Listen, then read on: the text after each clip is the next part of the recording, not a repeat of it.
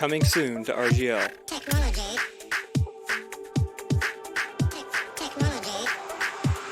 RGL HUD.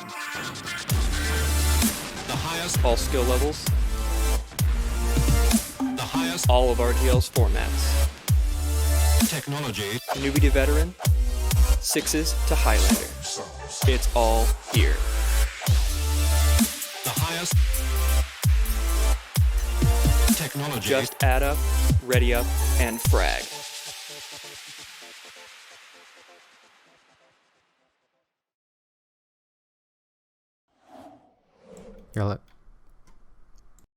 Ladies and gentlemen, tonight is the night. We're bringing you the RGL Invite Highlander Season 7 Grand Finals, taking place between Memento Mori and Kids Next Door. I'm Zygron, joined by Rogue at my side, Aldo on analysis, and Dolphin behind the camera as always. Gentlemen, how are you doing tonight? I'm doing good. Happy to be out here for Grand Finals. I think, we had a little bit of drama in the beginning of the playoffs, but I would say that the two teams I think we expected to see here at the beginning of the season have made it, and I think it's definitely deserved. Yeah, I couldn't agree more. So while this is a matchup that we've seen already, I sure can't wait to see it again. Yeah, matchup we've seen already. These two teams met in round one of the playoffs in addition to once in the regular season, and Memento Mori ended up taking both of those matchups. They come in from the upper bracket, even though they came into playoffs as the third seed, they had first seed for the picks here, meaning they got their choice of maps. They got two picks. Candy, coming back from a lower bracket run after that first round loss, made quick work of Cuties and Refrigerator to get back here, and now they're going to need to win against Memento Mori for the first time all season. Correcting you real quick there, Candy did win the regular season matchup between these two teams Yeah, on Swiftwater, which has been a constant ban against Candy all playoffs. And I'm kind of going to segue off of that into what I think is, for people who've been following this, the most important development of this match, in that K&D has finally banned Upward. Took them, I think, 3 matches on it, 2 of which they lost, and 1 of which was almost a loss to Refrigerator to finally say, all right, this map, we used to be good at this map back in UGC, let's stop playing it, it's just only giving us trouble, we're not going to beat MM on it. And that Upward ban, I think this is the first time Upward hasn't been played in a playoff match in Invite all season, but it means we are going to be starting on Steel, something that is definitely one of the less common things you'll see. Yeah, some of the fans back home might remember that this was the deciding map in the MCM versus Krusty Krab Esports in the grand finals of last season here at RGL Invite. But now we're starting off on Steel, and this map is a little bit unpredictable, and there's some pretty intense strategies that we're going to see. So quite the map to start out on. Yep, we got the pick ban on your guys' screen in front of you. You can see Candy start out with that Upward ban, getting that one off the table. MM pretty much have been perma-banning Swiftwater, so they don't really play that. They had the choice between Steel and Asheville for their first map. We kind of thought, it could have been one of those two. They ended up going with Steel, letting Asheville slip through by the wayside. Candy banned that in second rotation after picking Vigil for their pick, and then Product was the tiebreaker choice over Cascade. So we got 3 pretty short maps here, but things could end up getting long. Steel and Vigil, notorious for being the shorter stopwatch maps we have up here first, but if things go badly, they could get extended for a while. Definitely, and one thing that I do think should be clarified as well is that while K&D did win in the regular season against MM and K&D both had vastly different rosters at that point, and that happened back in week 3 before MM especially made their changes, which I think which took them from maybe being kind of on par with Cuties and K&D and really put them ahead of it, where both of their losses came in the first 3 weeks of the season before that change happened, which I believe was putting Blake onto Medic. And I want to say there was something else done there. I could be wrong. It might have just been the Blake change. But I know Yuri's personally, attributed that change to a lot of the team's successes. So I don't think it's too smart to really look at the past of these teams, other than in playoffs, where we did see MM take out that win on, what was it? It was Upward and Asheville? No, Upper Product. Upper Product, right.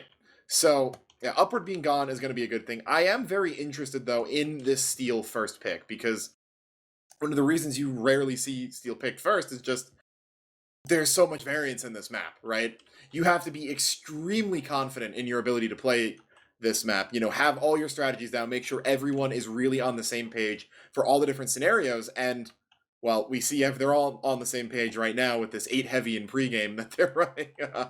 Aaron being the only one switching off of that recently, used to be 9, but we'll have to see if it ends up working out for them. Yep, and we've got the rosters on your screens right now. We can run down them real quick. For Memento Mori, we have Triple on Scout, ODB on Soldier, Supreme Toad, aka Marty on Pyro, Giraffe on Demo Man, Eerie Person on Heavy, Aaron on Engineer, Blake on Medic, Fallen Gord on Sniper, and Def Joe on Spy. Now, running down the Kids Next Door side, we're looking at Syath on Scout, Muma, also known as Chad, on Soldier, Zukima Pyro, Jarrett Demoman, Kresnik on Heavy, Scratch on Engineer, Bowl on Medic, Boar on Sniper, and of course, Demento on Spy. Yep, and with that, we can jump into talking about Steel here. Yeah, I was going to say, and too, with leading off on that Demento on Spy, I know both of the spies on this team have, attributed Steel to being one of the maps where Spy can have a ton of impact just because those comms are so important. If you've never played it, one of the big things about Steel is its respawn timer for defense is massive, meaning that one, miscalled rotation, one, potential, soldier or scout sneaking through on the flank can get a med kill that's going to be a 28-second respawn. And at this level of play, a combo wipe, if it should happen for defense, pretty much after B, can lead into a straight snowball of the E point. Again, if you haven't played Steel, Steel is a unique attack defense map where the E point is always open. So if any of the outer points, are held a little bit too hard, the offense has the option of just rotating over to E and trying to just go for the win right there. It is a long cap, it's dangerous, there's a death pit surrounding it, but these teams are skilled enough to make it happen. Yep, and with that, we can segue into what will enable these teams to make those pressures happen, force the enemy defenses to make mistakes, and that is what I want to talk about flanks so far. First up in this match, we got Triple and ODB versus Scythe and Muma on the Scout Soldier combos. Demento and Joe going to be helping them out on the Spy class with those comms, with those revolver shots. And ODB, for those of you who aren't aware, he was an old Demo-In player coming back to play Soldier this season, and he is one of the best soldiers, if not by far the best soldier in the league right now, and he's been making havoc across the entire league. Right, and his counterpart is no slouch either. Muma, Chad, I think he'll be aliases here, of Owl fame, but hasn't exactly been having the most dominant season. Plays aggressively, a little bit too aggressively. I think you could make a very solid argument for.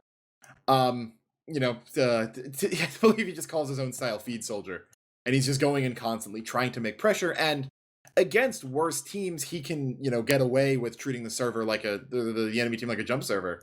But, we saw it in week 1 of playoffs that MM is not just going to let him do as he pleases. Although I do think watching how he plays on Steel will be interesting just because of the tight corners and how indoor the map is. I think will slow down that playstyle of his a little bit and might actually end up, helping K&D in the long run, that he can't just consistently whip bomb at all times. Yeah, definitely. And in addition to those flanks making big moves and space for their teams on the server, we can look at the SVS matchup, Boar and Fallen Gord. Boar, perennially one of the best Highlander snipers, probably the best to ever play the game at this point, most accomplished. At this point in the season, he's fallen off a bit. In comparison to all the other 3 playoff snipers who were playing in postseason, Boar's looked the weakest out of the bunch, and it's not normal for us to see that out of him. In contrast, Fallen Lord has been popping off in the postseason so far, doing a lot of hard carrying for his team, and just being the big threat that we know he can be when he's not in his own head. So if Fallen can keep some momentum up, Candy have to find a way to shut him down, and Boar might have to contribute to that. That is the name of the game, especially after we saw their first matchup between these teams in the first round of playoffs, where when we pulled the stats for the entire match from that week 1 of playoffs, both classes on both teams were pretty even, except, Boar's maybe the middle of the pack while Fallen Lord's way on top. So we're going to have to see what kind of adjustments they can make and how they can activate Boar as we get into map number 1. Yep, the ready up has come through here. K&D versus Memento Mori, map 1 of the Grand Finals, Season 7, CP Steel. We're getting underway. We got Memento Mori starting out on defense, K&D on offense. Setup looking pretty standard so far. We see Memento Mori putting some crit stickies on the spawn gate for the blue team. They're building their gun up on the B point. And they're probably just going to watch A with Def Joe cloaking on it, just going to call what rotates there. For those of you who aren't aware, A on CV Steel is a give-up point. You really want to hold B and hold lobby when the flank starts coming at you. Right, and I'm going to be interested in seeing how MM plays their Soldier and Heavy and potentially anyone else on top of the B cliff right there. We've seen a little bit, I think, more, you know, it used to always just be the Heavy would sit up there, sometimes the Soldier, and he'd rotate off the lobby when needed. But we've been seeing a little bit more as, you know, the telly tricks have kind of solidified more in the past few years. We've seen some teams actually been jumping their demo up there as well, if the Heavy gets knocked down, because the demo can spam that, you know, narrow staircase that the offense is going to have to walk up just as well, and can, you know, jump up and down. Jarrett's going to be the first kill of the match, going down to a crit sticky. A Huntsman coming out from Boar, as we've seen him do in the past on this map, maybe just looking for a quick frag. He's trying to break open that upper area. Board seeing what he can do just to get the Memento Mori player shoved off this upper area. There's so much high ground, especially having a Heavy in this balcony area. So Fallen Lord able to snipe Jarrett in the main area, which is a small little hallway. And, you know, with that combining to the high ground, you need something to open up to get in. Yep, and Jarrett has died to picks twice on the B push already, so that's stalled their push on the front side. But on the back side, we see Memento Mori's flank is moving, or excuse me, Candy's flank is moving in onto the E point. Syath and Muma are in behind, as well as Scratchy, setting up a level 3 sentry gun in Wishbone. That's very big for forcing the enemy team back, because now someone has to go deal with that, or their back out is completely stuck. And here's the Uber in the front. The gun goes down right away thanks to Muma and Demento coming from behind. These Uber is just trading damage, trading space in the middle here. Right now, Kids Next Door isn't able to leave, but the recommit from this banner is going to be a huge difference maker. Yeah, that can popped off here, but Zuki and Kresnik are trying to push high ground, trying to get the kill onto Eerie Person. He's going to go down, but does get 2 kills in the meantime. Aaron's gun is very low, but is going to kill Jarrett. Jarrett's died 3 times so far, and now Candy have to reset on the front side. Their backside fights are going well, though, as Demento wins the counter spy espionage battle, and they have a full engineer teleporter set up behind as well, so Candy have multiple avenues to work with on this beat pressure, and now Memento Mori are sending people to try and deal with it. And they have a Soldier spamming these long-range 30 damage rockets into a wrangled gun. But now look at this. Kids Next Door has worked their way into balcony. ODB tries to jump back into it. Zakima blasting him off does go down for it. KND is starting to bleed players, but Memento Mori doesn't have the high ground, and they haven't dealt with the gun in Wishbone. Yep, we're going to find that snipe on the Fallen, though, so a lot more room for Candy's front side to work. They did lose their Soldier temporarily, but he will be respawning and on the teleporter soon enough. So now Memento Mori, they're going to need to send more people back as the point's getting capped up, but the Uber on B has been popped out, and they weren't close enough to deal with it. Jarrett's going to double pipe Giraffe. He gets dropped on that. It's now Uber onto the flank of Memento Mori. They're going to have to back out with that as they can't chase down any kills, and now it's collapsing on the B point. That's what we were looking for, finally getting some E cap time, pulls Memento Mori back, and now Kids Next Door is able to just keep bullying them out of this main area until Memento Mori has to turn tail and head back to their spawn. Syath has not died in this Wishbone on that scout, so he's been a big nuisance for Memento Mori the entire time, being a distraction, doing damage, and in the end that pressure's going to work out for them. ODB going to get floated on his jump out to try and contest, Kresnik tracking him perfectly, and now Joe's caught in behind. He's going to get found, but he can't get chased down now. Candy are going to cap up this B point. We're going to have to see what the time is, as Joe does end up going down 250 through 2. That's pretty average so far, so it's still anyone's game. The Ubers are even, coming up on 80% for both teams, but Memento Mori doesn't have their spy, so they're not totally sure what Kids Next Door are up to. As right now, Kids Next Door working their way through Wishbone, getting ready to mount a push onto C, maybe getting some E cap time to pull Memento Mori away. And as I say it, so shall be. They were planning on times 3ing the cap to pull Memento Mori players back, but with that times 2 scout capture in the pit, it's now so much slower. MM have a lot more time to react. Someone greased up the point, it got a little too slippery, maybe put up a hazard sign, but right now it's only Tsukima all by himself trying to capture it. MM has their gun and combo on C right now, which is not what you normally see, and it's leaving a lot of cap time open for K&D on E right now. Yeah, the point would be way past half capped if their scout didn't fall into the pit, but now Scythe off respawn's gonna get on this, and now the pressure's coming through. MM have to Uber into Wishbone, trying to do some damage, and they do get kills onto Muma and Kresnik. Flashes are not good enough from Bull, and their Uber's gonna be a bit longer. They're trying to kill Eerie, and they get him down instantly. Giraffe is gonna go down to Scratchy Shotgun as well, so the combo fight suddenly looking good for K&D. Jarrett gonna clean up the enemy medic as well, and now K&D's point is almost capped. They just need a bit more time. Sentry gun going up in lower for Aaron. He's healing it up, and Jarrett's gonna go down because of it, and Aaron's gun is going to save the point for now. K&D are gonna keep pressuring this though.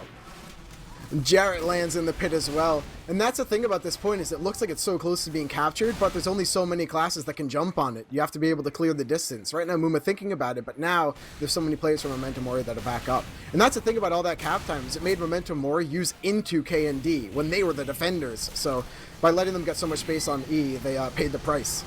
Yep, and here's the standard rotation. Once you get that pressure on E and force the defensive rotation, as Candy tried to pressure the C cliffs, they did get Aaron's Sentry Gun, and now they have control of Wishbone, but they haven't gotten quite yet. They're going to be able to walk out here, and there should be a C capture going down as all their players are in. It's just Eerie looking out. Unless MM want to try and contest this, but they don't have Uber. Candy are going to use theirs forward. They're trying to get some kills. They do kill Giraffe. Flank fight has gone in the favor of MM for now, but the C point is under fire.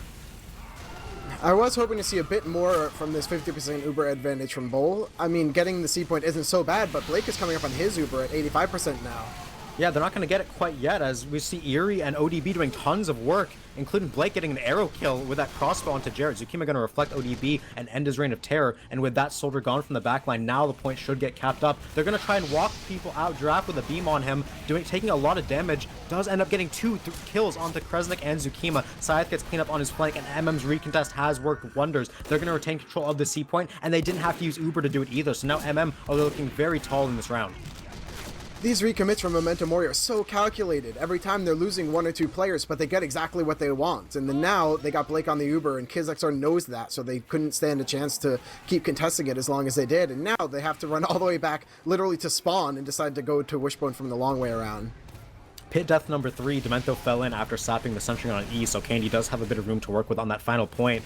Joe gonna get caught by Zuki here. Might get caught, but that Spy Skull will save him for now. And in the meantime, Candy are still kind of just playing around the Wishbone area, seeing what they can do. Mini sentries up now for Aaron after his level 3 got taken down by that sap play. And now they have their flank on the Heaven area. Candy need to get on the point. There's Zuki Detonator jumping and side jumping on. It's a repeat of what they tried before. They're going to try it again.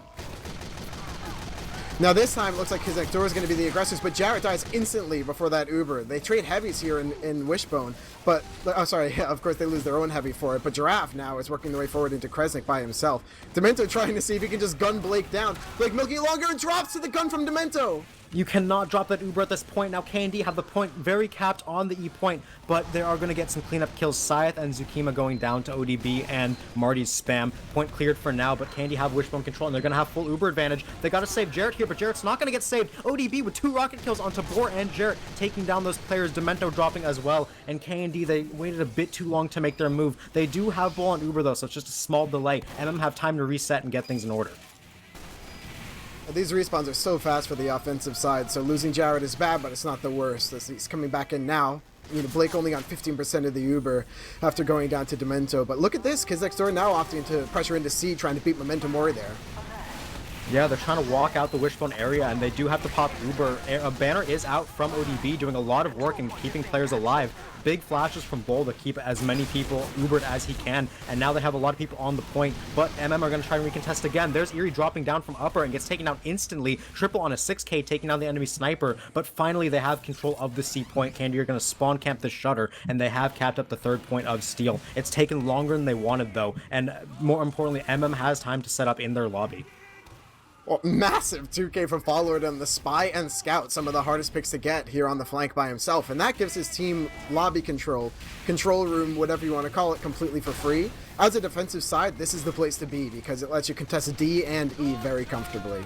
Yep, it's also very hard to push into from the E point Wishbone side because you have to go through these sight lines as shown here. Draft can get dropped by Fallen, but Fallen taking out the enemy sniper in return. Candy gonna walk through and just stack people on point. MM have Uber to work with, but Bull will have in just a minute. It's gonna be about getting out of here and getting these contests onto the point. ODB trying to work his way in from behind, Def Joe trying to work his way in. Now the Uber does come out, and huge picks from the side of KizXR. Giraffe going down, the Uber just onto Eerie, who is shoving them off the point. Bull and Kresnik getting stuck behind in Heaven, working their way into jail, and are put to death for their crimes, as the rest of KizXR just scrambling for frags. So you take what you can get because your respawns are so much better. Yep, and these kills are trade-ups for Candy, so even though the fight didn't look good at the start because of lack of positioning, the picks they got at the end have enabled them to take control at this point. MM only have 3 people alive. Their spawns are taking so long. They have a big wave coming up in 8 seconds. ODB on a 20-second spawn after that. Candy just needs to try and flood point here and do what they can. Lobby crunch happening from MM, though. There's more and more picks go down, but since the D has not been captured, Memento Mori can come right out from their spawn and contest the point instantly. There's ×5 on the point, it's so close. Yeah, they should get it here. Joe gonna actually contest it, buying a lot of time. He got arrowed, I think, by Blake. Stays alive long enough to get the kill onto Kresnik, or help at least with Eerie. And now Candy haven't capped up yet.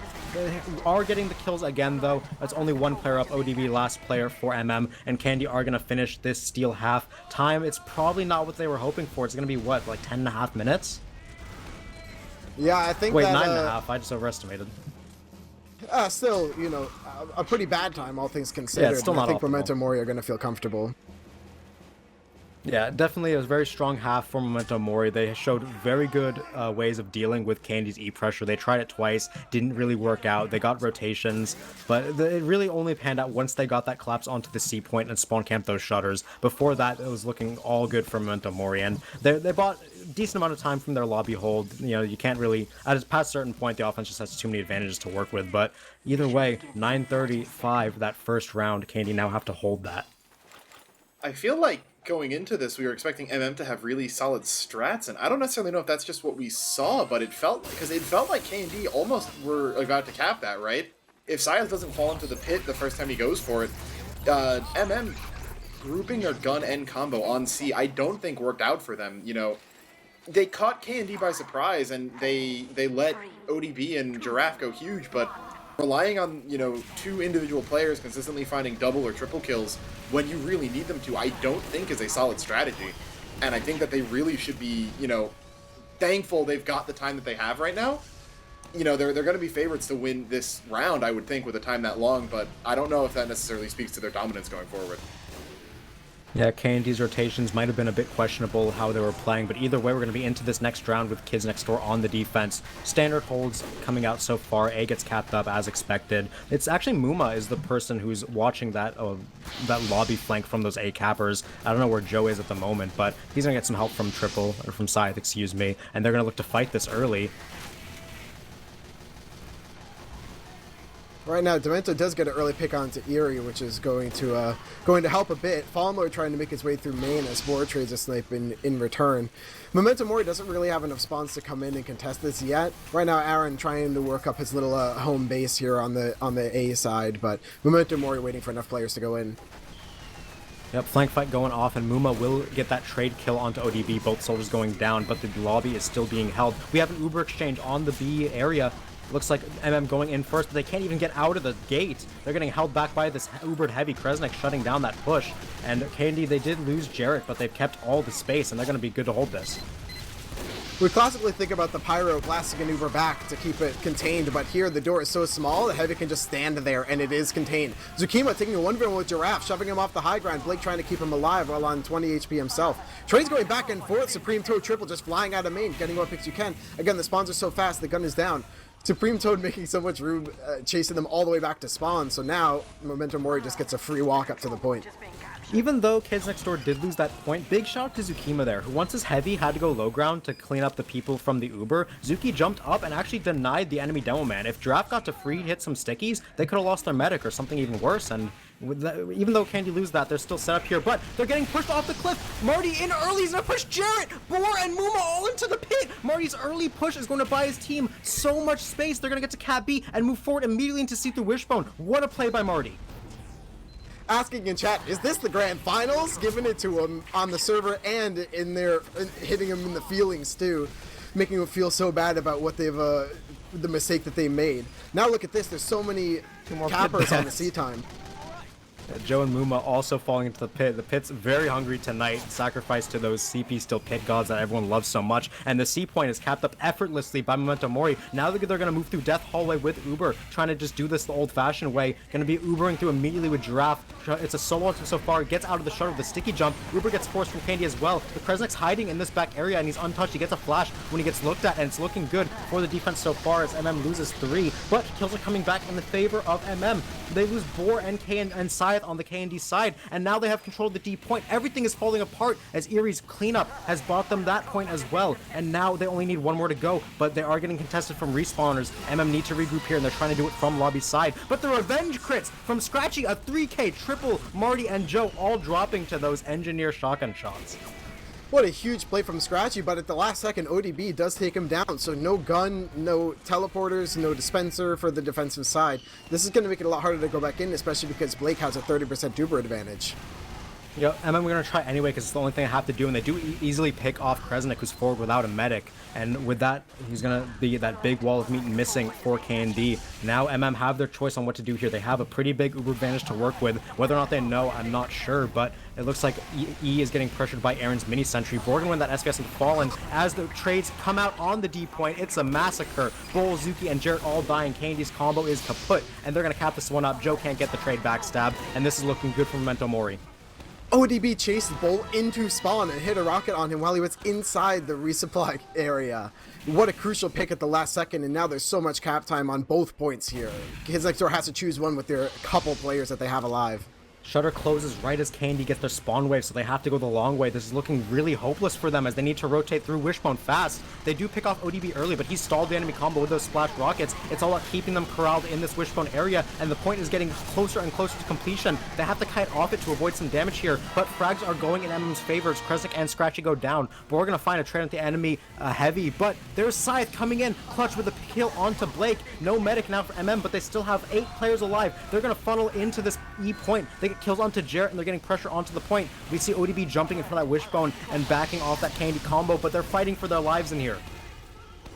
There's so much spam going into this Wishbone area. Kids Next Door knows they need to contest this, and Bolt does use a quick fix just to make sure they can get on it, clear out the last remaining people here. Giraffe up is stuck in heaven here and is getting juggled by Zukima, just playing with him now. But the rest of Memento Mori is able to work on the point as Bull is sort of by himself over here. Yeah, the quick fix switch was clutched by Bull, but it doesn't look like it's going to be enough as MM have a lot of players on point. There's still no kills going over. They lost position, but they had the kills onto ODB and Eerie. Health not the best on the KND side. They're going to lose Scratchy, and Bull needs to get a pack. Now MM are walking into E. They're doing a lot of capture time, and their Demo Man is still alive. Giraffe pumping out those stickies. He is going to do a lot of damage, but Fallen in the window takes down Bor before getting backstabbed by Demento, and this is still a chaotic fight on E. No one wants to give up an inch. KND only have 4 players alive, but Bull's going to have another quick fix in just a second here. It does come out on Zukima, but Zukima is totally alone. He gets Aaron of all classes. Triple now trying to put some damage back into Bull. ODB has to make sure it doesn't reflect kill Blake, but the Uber does come out in time onto Triple. Yeah, and with this, it's times 4 on the point. KND have no place on E so far. Uber doing a lot, but they don't get flashed enough, and there's a lot of kills for Jarrett, but Triple cleaning up Kresnik and Jarrett, that combo going down. The point is so close to cap. MM have 3.5 minutes to make this work. They can do it at any point, but they just need to make sure they stay calm and collected. KND, on the other hand, need to fight for every inch here. Keep in mind on Steel, the E point gets retracted super quickly when you don't actually exert pressure onto it. So it's already down to about 3/4 capture from almost being there. And MM are regrouping into the lobby here. They're kind of cutting their losses and just going for another push. It's so deceptive because the offense spawns are so much faster, but now you have to cover so much ground to get all the way to E here. It's lucky for Memento Mori that they have control of lobby still, so right now KND is sort of just corralled on D, having to fend for their lives as Memento Mori works in. Yep, early picks, Muma and ODB both going down. They're going to be respawning on this one as MM are looking to pressure into D, kind of sandwich this KND combo, but they have repelled it pretty easily as Eerie goes down. Demento finding a flank pick onto Aaron is going to be big for keeping that control of Wishbone. Scratchy's mini being proof of that, taking down Triple, and there's Fallen coming in with a shot onto Bor. Enemy sniper being down means you can pressure as much as you want for MM. They have to be careful though as KND still have really good position on the D side of E. E is almost uncapped now. No one has even refreshed it and tapped it. And look at this. The point is almost completely uncaptured now. It takes, I think, at fastest 33 seconds or so. And the Uber does come out from Blake, but they need to get on the cap pretty soon. Blake actually forced because he wanted to save Giraffe from Scratchy's crits, but Scratchy was too fast on the trigger. Giraffe went down and the Uber got nothing. So now Bull has 100% to work with, and although KND are down players, they have to get on the point here. They have about 25 seconds to do it as the point is getting ×5 in between in time. It looks like they're rotating into lobby here, trying to fight off Giraffe, and they do catch him out. They're going to kill him before rotating to the point. No Demo Man means the choke is unspammed. They're coming in from under, but there's Joe stabbing Kresnik and Fallen sniping Jarrett. The combo is falling apart once again for KND. It's up for everyone else to save this once again. Blake is slipping and sliding all the way away from Chad here. Muma trying to make his way into get off whatever rockets he can. Now there's only 2 alive, but Dukima's blasting people off the point still. The death goes into the pit, and it's a full wipe. There it is. Yep. Candy have 4 players up. It's all about getting the wishbone fast enough, but it doesn't look like they're going to be able to. And it was closer than it should have been from what we thought. It definitely came down to the wire. Candy played their best, but that is MM taking round 1 on their map pick of Steel. What a desperate defense that was, and Heart's got to go out to Zukima there. He absolutely did his best there to take what arguably should have been a 4.5, 5-minute time, and almost it felt like by single-handedly, his force of will extended that into, a 7.5, 8-minute time just by, refusing to die. And I think we're beginning to see, some of Candy's experience maybe coming in on the map in these desperate fights, but MM is just playing so well right now. It feels like all of their players are firing on all cylinders. ODB was having an absolutely massive round in the beginning of that. We even see, a pyro, like a role-playing class, coming in and, getting that early 3K into the pit right off the bat. That really allowed that snowball to kind of start going through. We saw MM just able to muscle their way into B, despite not necessarily getting the best Uber exchange, just be able, to be confident in their DM and walk forward and know that they have the spawns on their side and that if they're even in DM, they'll come out ahead eventually, and that's exactly what they did. Yeah, we can hindsight as much as we want, but that Marty play where he early rotates into Wishbone and pushes 3 Candy members into the pit, the end time for Candy was only like 1:10 left on the clock. If MM doesn't get the cleanest snowball you'll ever see from B to C, which is arguably like top half of hard points to push on this map, we could have been looking at a whole different game. Yeah, the meta these days especially is that the offensive team will want to run to C before the defensive side can even get there. But what happened was KND doesn't see anyone going and spawn camping on C, right? So they think they can go and walk there themselves, but Marty's way ahead of him. But I think you're right as well, where, C was captured with something like 5 minutes left, and then D was captured as well. So you think they have so much time to get E. There's a lot of credit to KND for making it last as long as they did. Yep, we have the logs up on your guys' screens right now. We see Memento Mori's flank doing big work in comparison to K&D's. 100 more DPM for ODB, 100 more DPM for Triple. And that flank difference made a huge overall impact. It's so difficult to play the game when you're constantly being pressured from multiple angles. And if you count the fact that they got so many pressures in crucial moments when they would have completely wiped. Candy had a lot of chances to get full resets, but they never really got a full reset off because MM always found cleanup kills. It's just so impressive from those two to make a big impact here in the grand finals. Yeah, and I mean, it felt like ODB was just always there in the big moments. It felt like Muma was always the first one going down, and ODB was always the one coming in on the end, getting that 3K. You can argue the merits of having a baiting, more of a baiting soldier versus a, like the guy who'll go in and make space and die for the ground. But I don't think you can argue with the results, and that ODB was constantly just finding huge amounts of frags on both sides here, and I really think that Muma and arguably Syath too are going to need to, step it up a little bit, because Syath hasn't really been getting challenged by too many scouts, other than maybe Triple, but there's Boar going down on the defense right away, so we may see a quick offense. Yep, we're into the second half already here. Both teams hitting that quick ready up. We got Candy on the defense starting out, MM on the offense. Going to be trying to replicate that success, perhaps with a cleaner ending. If you're KND, your defense wasn't so bad. So if you can hold it again for, what was that, something like 8.5 minutes or so, that's not so bad. So right now they're trying to do a lot of the same. Their heavy is on the floor, a little bit different from some of the other teams, where they have Jarrett opting to hold on the high ground and lock out this balcony area. Yeah, a bit of an adaptation. We're not used to seeing it, but they have tried it and they ended up liking it. And we do have to look at the Candy combo because they played very well with Zukima and Jarrett. They did a very good job holding that combo together. Shout out to Bull as well with the quick fix swap and stayed alive to get multiple off. But if your combo for Candy needs to make up for the flank difference going on so far. But Jarrett going down early to Supreme Toad Marty with the Dragon's Fury double puff kill, you hardly ever see that. And Boar goes down to Joe's Enforcer as well. So now MM have a lot of good picks to work with, and they're going to take upper as well.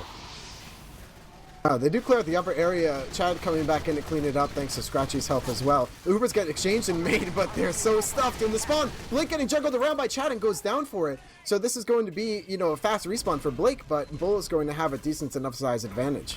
Yeah, great plays by Candy there to keep the control of the B gate. Meanwhile, on the other side, we did see try to pressure the E point. They do have a level 3 sentry gun getting built, but ODB got headshot early on. Boar going to rotate and actually headshot Marty as well, so Boar stepping it up, continuing to step it up in exchange, because he actually did very well in the first half on that side. Now Candy going to rotate people in. We have Scythe and we have Scratchy trying to look and see what they can find on the E. This is kind of like half the battle, right? You got Candy off the high ground, you got the gun, Scratch has only level 1 or level 2, just building it up now. So Look if at you're... Aaron. Oh, they're trying the similar strat, except this time the gun's even farther back, now in heaven on E, so this is going to give so much He caught Joe! Memento Mori. Oh, the gun's gonna go down though. Great collapse in from Scythe to get the kill onto that one. Kills Aaron. And I'm not sure where the teleport is. Doesn't look like it's in behind. So Scout going in Scythe's favor as well. Actually stepping it up, cleaning out that E point for his team. And there's Mumo with the banner. Gonna help with that. Uber on B side also went in favor of Candy while we were watching that flank fight. So a full total win for Candy across the map. The thing is, Blake has stayed alive and will have Uber. A huge play from Demento to get that gun, otherwise that fight's very different. But now, Memento Mori working their way through. The gun gets sapped, the Uber comes in. It's just on the heavy and the low ground. Blake kind of getting juggled around, but, you know, Candy does think better of it, where even though it's not the best Uber in the world, it's not worth losing anyone for. Yeah, and they don't. They keep all 9 players alive. They're going to try and recontest B from this choke area, but they're immediately going to lose Boar and Kresnik. On the other side, though, Eerie, Marty, and Fallen have all dropped, and they're going to have a bit of a man advantage, but the positioning could be a bit too much to work with. We see Joe and Demento fighting on the front lines as spies. Here's Muma jumping in with that black box, trying to get some damage. Jarrett trying to help him out, but Triple doing a lot of good work killing Muma. Scratchy in the backline, the engineer going rogue and taking out the enemy medic. Blake drops to that one and does a lot of damage to Triple as well, helps get him killed. And there's a bit of a contest from K&D, but it looks like they're going to lose it in the end. The only person to survive that from K&D was your medic, who has full Uber. So you did buy a lot of time on the clock, and you have full Uber advantage over the enemy team, but you still have so few respawners to hold C with. Yeah, they need to get into position as fast as they can. There's Joe getting an early pick onto Muma, so that flank advantage is going to go in M's favor. And they already have Wishbone control, so they have their option on what to do. Boar positioned early, going to take out Eerie, enemy heavy going down. Demento is traded, but now Candy have to fight from a bad angle. Boar finding the SVS onto Fallen is huge here, because now they have to worry about the sniper angle uncontested. Here's Joe trying to find the kill onto Boar, but can't hit the last revolver shot. And there's going to be the sniper staying alive. MM are now adjusting their game plan, pressuring more towards E. Looks like Candy is kind of thinking about contesting Wishbone. They do have advantage here. Oh, there's a nice little trap that stuffs Jarrett back for a little while. Blake's getting so close to the Uber on Giraffe here in Wishbone. It looks like they are just barely going to come up on it, so Candy loses their advantage opportunity. ODB basically got the entire flank of Candy just killed. He got rockets onto Scythe and Scratchy and got Muma killed by a mini sentry. So ODB essentially 1v3 in K&D's flank here. And that's insane to do against a grand finals level team. Candy now, or excuse me, MM now have man advantage, and they're going to be able to pressure E as well. Eerie and Marty dropping out to lower, going to kill Zukima and get a lot of pressure in this lunchbox area. Kresnik trying to contest from high ground with Jarrett, and all this damage is going to force MM to drop down. But the Candy are still losing more players. These Ubers have been full for like 40 seconds or something now, but they're just trading players without using. And now that they got K&D all paying close attention to the E point, now they rotate to C. That's the name of the game. You go one way until the enemies meet you, then you go the other way and make them come back. So K&D doesn't even have a way back in here. The Uber is up for Blake. The players are all mounted, ready to hold this this point and make sure they get it for sure. ×8 on the point. I mean, I wouldn't want to go there. Yeah, definitely very textbook from Memento Mori. They do everything perfect on that C capture, and now the bridges will extend. These bridges allow anyone to cap up the point. You can walk across it. You no longer have to be a jumping class or a class with movement speed. And now the gun is set up for Scratchy, going to be trying to contest the Wishbone area. Demento and Aaron dropping early as Muma gets his mini sentry as well. And now teams are just kind of waiting to find their trades. Both squads have Uber up, and now they're just waiting to see where the explosion happens. This is where it can get a little tough as the offensive side, where right now Blake and Giraffe are a little bit stuck with their Uber and Wishbone here, just kind of taking spam. You know, Boar gets a snipe, Scratchy gets a gun kill onto Marty. Oh, Zukima goes flying in, takes out Aaron and goes down for it, but if he landed on the medic, which now Demento does, and Blake gets forced. Yeah, Blake will force, but it's a lot of a better Uber for MM as Candy used theirs very early. Unfortunately, MM doesn't have the people or the positioning to make use of it. Blake gonna get with just a little HP. Scratchy wrangled him down with that level 3 sentry, and they couldn't get it killed either. So Candy do lose a lot of players, but this gun is a big threat to take care of. They're gonna try and spam it down here. Scratchy keeping up for as long as he can. It's finally gonna go down as Eerie, with 2 more kills, gonna kill Kresnik and Muma. Triple chiming in with 2 of his own. Bor and Scratchy go down, and now Candy are essentially wiped. They have a lot of spawners coming in, but they have ×3 on D and ×6 on E. Yeah, that sneaky heavy, right? Eerie was hiding in depths below, under the point, kind of towards a pit where a lot of the flankers will leave to recommit later. And he was on a 5k down there, now holding in heaven and jail. No one can high bomb onto the point. D is an easy capture. Goes back down, taking over 2, but Zukima says not this time, and feeds the pit yet again. Yeah, that's not where you want to be if you're a heavy, but it doesn't matter because MM have full control of the point. Candy can't get through Wishbone. Heavy Eerie bought enough time in low ground that they couldn't spam it, and that's MM clocking in a 642. That's definitely on the good side of Steel for an around the world time. Yeah, and I mean, Eerie just went absolutely massive there. Found 3 kills during that Uber exchange, then hid in lower and ganked both Kresnik and Muma coming through there, you know. 2 major classes for your defense that are just instantly gone. No damage put into him either because Muma had the whip out. And I mean, there's that play there, and I want to point out how, Zag, you made a big deal of, you know, calling how ODB got that 1v3 of the K&D flank on E, and while that didn't lead to an E cap, because no one's left to defend E, the entirety of K&D has to rotate the combo off of C, which is why MM was able to take C for free and then just transition into the E push, that ended up working for them quite well. Exactly. Steel is a map of chain reactions. One explosion on one side of the map can change the landscape of how the entire thing is playing out, and all those key plays from Memento Mori's playmakers end up giving them a really good time. We're gonna have to see some into this here. We're just K&D's going to need to try to get something together. You know, we saw Bor starting to warm up in that last round, and he's just really going to need to. Him and Jacob are going to need to find some big picks that can, you know, cause one of those chain reactions we mentioned. That, or you know, Muma's going to need to start winning the soldier v soldier a little more, and you know, creating some more positive pressure on the K&D flank. Right now, Memento Mori lets K&D come into upper, think they can have it for free, and then the crouching tiger hidden Pudis comes from around the corner and gets a 2k right away. So this time we see upper still held firmly on the defensive side. Yep, and 8 point gets fully capped up. We see, it looks like Candy want to send Scythe and Mumu through the flank, but Joe is calling this. They're going to move Scratchy here as well. So the contest is going to happen here. Meanwhile, on B, Demento is actually in here with the combo. Sitting on the dispenser, you're going to decloak, get caught out immediately. Not going to find anything there. It looks like right now Kids Next Door is opting to just brute force this upper area. Zukima Kresnik working in, but Eerie says, you know what, you can have it. If you ask that politely, you know what, we're all friends here. Why don't you go ahead and take it? And Giraffe not going to oblige though. Spam some stickies up there to try and hold the combo back. Meanwhile, the E fight has been popping off. Joe went down at the end recently as Scratchy's level 3 is set up in lobby. Candy like doing this exact same setup. They have Muma, they have Scythe, and they're going to be ready to go now. Now that they got Demento, the spy for K&D, their gun is going to be very safe. They just have to all look forward and block these 2 doorways. So since there's no gun in Wishbone now, that ODB is locking out the flankers, keeping them at bay in over towards that A point. Memento Mori has a very comfortable hold, even though they don't have the balcony control. Zukima just got the defensive teleporter that leads to upper, so Memento Mori now have no way to get up there unless they jump up, so that's going to be a bit of a problem if Candy ever take upper again. But the E fight once again popping off. Scratchy has his gun into heaven, but it gets spammed out by ODB. Yeah, takes that one down, gonna drop down to lower. Demento dies again, so unfortunate for the spy of Candy, not been able to find anything quite yet. Blake and Giraffe both skyboxed in that Uber, but Bull didn't get much done with his Uber either, so the Uber's just taken off the map, taken out of the equation. Kresnik working his way through upper. There's 3 down for K&D, but they're making such a stand here, staking a claim on the B site.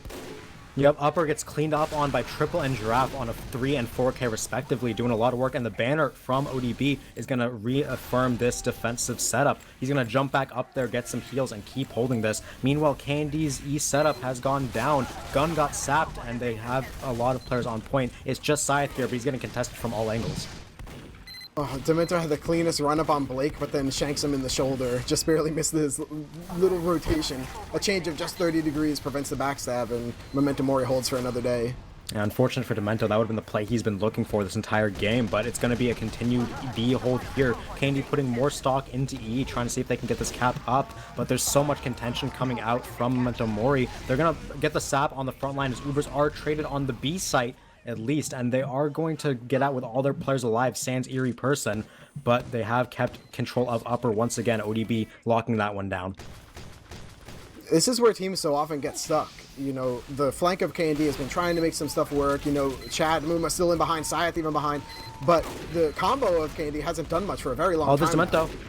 He misses the stab once again to Blake, but does butter knife him. He gets the sap onto the gun. Muma trying to get that follow-up, but can't get it. Gets shotgunned down by Aaron, and they're trying to get their medic out alive. Side can't get the cleanup kill, and Memento Mori, although they are losing players, they have kept key ones alive, and they're going to be able to walk back out of spawn and keep contesting B. Nothing is working for K&D here. They need some answers. They only have 3 minutes left.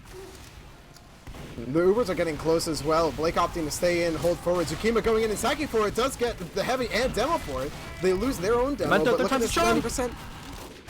Memento gonna find that backstab, dropping down of upper, kills Blake on that regard. Bull, 90% Uber to work with as well. So now Candy finally have the opening they've been looking for. They're gonna walk out of B lower here, getting some pressure onto the point, and this finally should be the cap that they need so bad. 2.5 minutes left. They still gotta cap up B, but it is technically possible. They might have to abandon the C push if it doesn't go well early.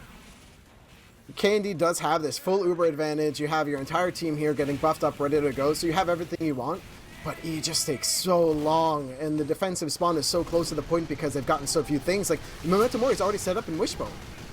Yeah, we haven't seen Candy be able to get the same setup on defense. Memento Mori's got it every time. They're going to force that Uber really early out with K&D, and they can't chase it. They're getting held back by Stickies and a Pyro, and this Uber has got nothing. Marty with more reflex, they're going to keep all their players alive. Right now, 65% for Blake. If you're Kids Next Door, that's not the Uber you wanted. You needed to get a ton of picks, or you needed to get the medic, or you needed to get ridiculous cap time. They kind of got none of it. I mean, it was credit to Memento Mori. They kited very well and had Marty as a contingency. Even right now, just gets Jarrett off the point and runs out with his life. You could not ask for a better play there. So K&D is going to get C, but they're going to finish this with maybe a minute 10 on the clock.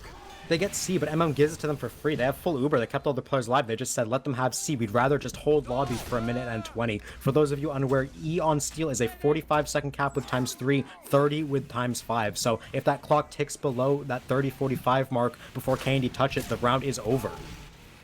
The bridge is just coming out now. K&D getting ready to come in, but like you said, Memento Mori is in lobby, ready to go and take this fight. Jarrett trying to work his way across, but he's stuck between a rock and a hard place. The gun and the sniper, chooses to die to the sniper.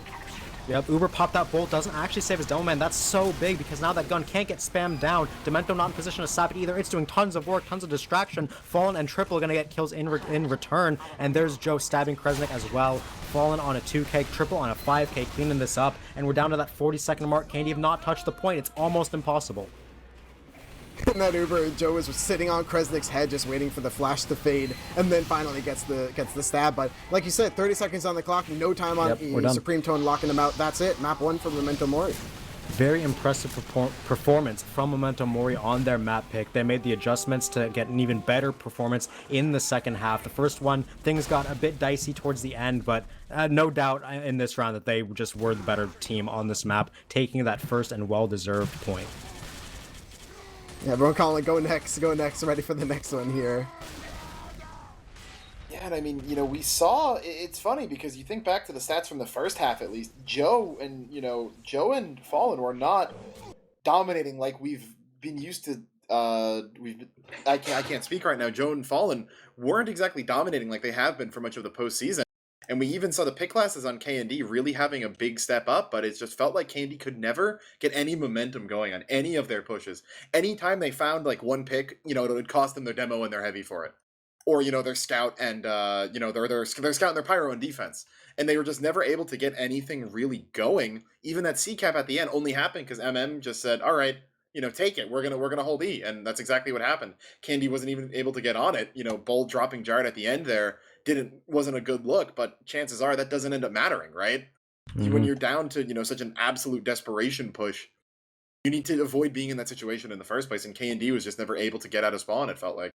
Yeah, I'd like to chalk that up to an adaptation from Memento Mori, because K&D, they rolled out with the exact same plan, the exact same setup they did in round one, where they wanted their gun in behind, they wanted their flank trying to contest that shutter area, and Memento Mori had all the responses this time. That cap never even got touched for more than like 3 seconds by Scythe. It was just so impossible for them to get that behind pressure they got in round 1, and because of that, the forward pressure never came through either. Upper kept getting contested. Shout out to ODB and Giraffe for doing big work on those spam classes, denying K&D's peaks over. We see the combined logs for all of Steel on the screen here, but I have to shout out Bull, who in that last round had a perfect half. He had 0 deaths and lost, whereas Blake had 4 deaths and 1. Yeah, it's kind of interesting to think what that means for your team, because K&D on that offense were stuck pushing B most of the time, and when you can't get out of B, your medic runs back to spawn, right? No one can kill him. So like when 4 pushes happen like that in a row, yeah, Bolt not going to die on them, but they're not getting the point, so it doesn't really matter. I'm also looking at some players like, unfortunately, Demento has a stat line of 5 and 20 on Spy, which is not the end of the world. You're not going to be getting a ton of kills as Spy on Steel, but the problem is with that many deaths, you're not calling the rotation, you're not creating the pressure, you're not, just checking where the flank is versus where the combo is, so that makes it so much harder for your main caller to get anything done, and makes it harder for your flank or combo to prevent getting caught out by someone like ODB. Yeah, that said, shout out to Boar and Demento, who did step up a lot in those halves when it counted. Boar actually going even with Fallen. We've not seen him do that yet in the postseason. Demento doing a good job as well when it came down to it. And when your pick classes are playing well, you have some openings to work with, but your flank is just getting trashed, decimated. ODB was the big man of the hour, shutting down all these flank fights. It seems like he never was taking a fight that he couldn't win. And it's just the way that MM play around ODB and the pressure he's able to make, it's just so hard to play against unless you're the most coordinated team with a bunch of players on the same wavelength and good DM as well. Pretty sure ODB actually top damaged above Giraffe both halves, just to He show did. how much, what a ridiculous amount of pressure he's putting out there, where you can say, oh, he's got 22 deaths. Yeah, but every single one of those deaths got his team at least 1 kill, if not more.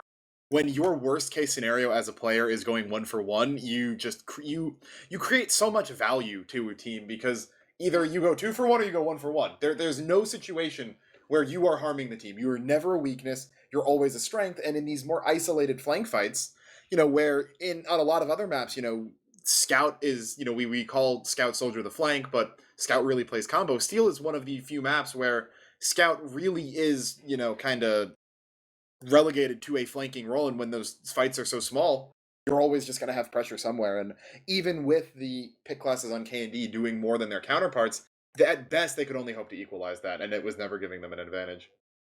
Yeah, especially when the combos played pretty evenly, like all things considered, there were definitely pop-up moments for MM, I feel like a bit more than Candy, but Jarrett had a good game, Kresnik had a good game, Zukima had a great game, actually. Marty did as well, both Pyros playing out of their minds. It really just feels like the pressure that a flank is able to output on Steel makes that map so hard for Candy to play, and it explains exactly why MM wanted to pick it. So their map pick out of the way, Candy probably expected to lose that one, if not aren't too bent out of shape about not winning it. So now we're on to Vigil here, second map loading into the server. And Vigil, I think, is going to be interesting because I think this is a map that K&D should be pretty comfortable on. They did pick it after all, and I think that they've shown some very good skill on it, but at the same time, was it against Cuties that they played it and looked a little bit mortal on it, which I think is a little concerning. If they've been able to kind of tighten themselves up on here, I think they may have a bit of an advantage. I think this map is a little bit more traditional than Steel, kind of plays into their strengths, where, it's not like Steel where you're going to have these flank fights that ODB is going to be able to dominate. The map is so tight that often, everything kind of comes into one. So if K&D's combo can, match that of MM's and their pick classes keep up what they're doing, I think they may have an answer to, the pressure ODB is creating, but that is a big if on if their combo is going to be able to match it, because we consistently saw Giraffe and Eerie getting away with a lot more than I think they should have been allowed to. Alto was right with how Candy looked mortal right against Cuties, where the thing against Cuties that we saw the last time Candy played this in the lower bracket finals just last week was when Kids Next Door was taking these fights, they just barely had a little bit better of an Uber, or they just barely had one person on cart at the last second, or they just barely got one more pick than they needed in a sack. So if you're winning by such small margins, instead of dominating a team that we would expect them to be better than on a map like this, then I think they're going to have a pretty tough time against Memento Mori. Yeah, we'll have to see how that turns out. Memento Mori, I know they're not the biggest fans of this map. If you were to rank this map on payload, both these teams, of the three payload maps this season, this is both these teams' middle picks, where MM definitely worse on Swiftwater, Candy definitely worse on Upward, and their vice versa are their best. So Vigil is, while it is Candy's pick, it might be a bit more coin flippy than we would think it would traditionally be for a team's own map pick. And Vigil being the short, snowbally map that it can be, small, big plays could end up deciding the entire thing. Every time I know that I was part of the I was used to say this as well, but every time you describe Vigil as a short snowbally map, I tense up a little bit. And I think about all the 13-minute times and 10+ minute defenses I've seen teams both push and hold on this map. And I'm really wondering about how the development of Vigil, as it's become, I'd argue that Vigil is now solidly the third, payload, right? It's a staple at this For point, yes. a while, it was kind of competing with Borneo, I think, but I would argue that at this point, it's definitely surpassed it. At least in RGL's eyes, which is really, all that matters in this discussion. I almost feel like a lot of maps, you start to see the offense get faster and faster as teams get better. I may be thinking the opposite on Vigil. When you start to see some of those more inventive third holds where teams, play a lot more towards flank, teams are getting a lot better at holding second, the kind of as the win conditions for these points get, sorted out a little bit more, we see teams adapting to that. And not that the map can't be played quickly, right? But I feel like we used to see 6-7 minute times every time, but that was more because teams didn't know how to hold. Yeah, and talking about that, K&D, the reason why they're confident to pick this map, even though it's both teams' middle payload map, is that they have basically invented and refined the third hold that you're talking about, where it is so difficult to push onto K&D's third point hold because of how they hold their flank and their heavy on the right side, denying space from the enemy team and just not allowing them to walk up to the cart from any passageway. And they've likely studied this, they likely know what they want to try and do to counter it, but no one really has been able to consistently take K&D down a peg on it. Yeah, and when you consider that, well, it's actually the way you described it makes me think of exactly how they reinvented that Badwater third hold all those years ago when they started putting their heavy up top in the behind the old dispenser block. But it almost adds an extra point to the map for them because so many teams don't have a third hold and they'll soft hold it, and maybe if the enemy team just manages to funnel in through tracks enough, yeah, you can meat grinder them until they smarten up and start taking flank control. But when you deny them flank control and you can still deny them tracks, it's like K&D is able to hold 3 points on this map. Every other team can hold 2. Yeah, that's actually exactly how to describe it. We may see MM try to copy that. In one sense, it would make a lot of sense to do that, right? Take the innovations when you can find them. But K&D invented it, so you have to imagine they're going to be the best at it. And as you said, no one's really been able to knock them down a peg on it. So if MM wants to win, either they're going to have to solve that, or they're going to have to just outpace them on the other points by that much. They can make up the difference. Yep, and with that, we're going to be getting into Vigil's second map of the grand finals here. taking Steel 2-0. K&D need to answer on their own map pick here. If they do end up winning this, we'll have one more tiebreaker map on product. But until then, we do have a stopwatch for you guys. Vigil coming up here. We have K&D on attack and Memento Mori on defense. We talked about before how it's nice sometimes, in general, playing on defense is better because if you know what time you're playing against, you can come up with your strategies to beat it when you're on offense later. But for K&D right now, especially after losing map 1, you kind of want to feel them out on this map and get your footing, So if you fail a push or two, it's okay, it maybe puts a little bit of time on the clock. But for the defensive side, if you fail a hold or two, that could turn into 2 or 3 points like we've discussed. So it looks like we even have a quick little pause here to think about it. I can't believe we got through a map without a pause, honestly. Steel went off without a hitch, and here is the pause that I actually saw used people to. moving, and I saw 0 setup time, and I'm like, wait, did my HUD just glitch? I would probably did, but no, we actually do have a pause here. Yeah, so we'll be waiting a bit longer to bring you Vigil. Looks like the setup is very standard for Memento Mori. They have the crit stickies scattered all over the front lines. They have gun. Where's their gun, actually? I don't see it built right now. Where is Scratchy? It's in spawn. Aaron's gun's in spawn right now. He's just gonna move it to the front line. He's built it in spawn to do it faster. He has a level 3 dispenser, and what is that teleporter? Is it still level 1? Probably still level 1. Oh, yeah, it looks like it's building. Where is this tele exit? That's what I'm It's on the wondering. jump up that you used to jump up the cliff on the second point above cave. Gotcha, yeah, and you can use that as a heavy head glitch, I believe, if your heavy takes that. Yeah, Yeah. we see 0 on the clock, but there's still probably 20 or so Seconds of seconds setup, at least, so he'll be able to move that gun out, no problem. Yep, and we're just gonna wait to get going here. Is there anything we're looking for on Kaney's offense? Things you think they might try and do? Because against Cuties, we saw them try to do some things where they would push really aggressively, or on defense, for example, they'd late back out, and it cost them against the Cuties, and it was one of the reasons why some of their rounds on that map looked a lot closer than they should have been. K&D, in my mind, has been very reminiscent of a boulder. In the sense that they're big and powerful at times, but maybe other than, Muma's bombs, they feel really slow. In the sense that it never feels like they do the thing where, their spy gets a med pick, then their sniper wins the SVS, their soldier wipes flank, and they just wipe a point. You know what I mean? Feels like they're very slow, they're very steady, and once they gain that momentum, they're able to use it pretty effectively. But as we saw on Steel, they're not able to get that momentum. And I mean, the 3 classes, I would say, 3, maybe 4 classes that you can really associate with that, soldier, sniper, spy, and maybe demo to an extent, just haven't been finding enough of an impact, right? We saw Bor and Jacob do well on Steel, but I feel like that came more from the defense, where they were finding kills on defense, but they were never finding that major, point-winning pick on an offense. We didn't really see Jacob getting full Uber drops on Blake when he was defending, right?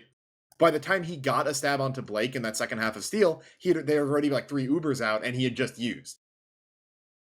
If Candy can get any of those, spark plugs really going, be it Muma, be it Bor, be it Jacob, I think they're going to have a much better shot at winning this, but MM's been doing a good job of shutting them down, and it's going to be on themselves to, step up their game.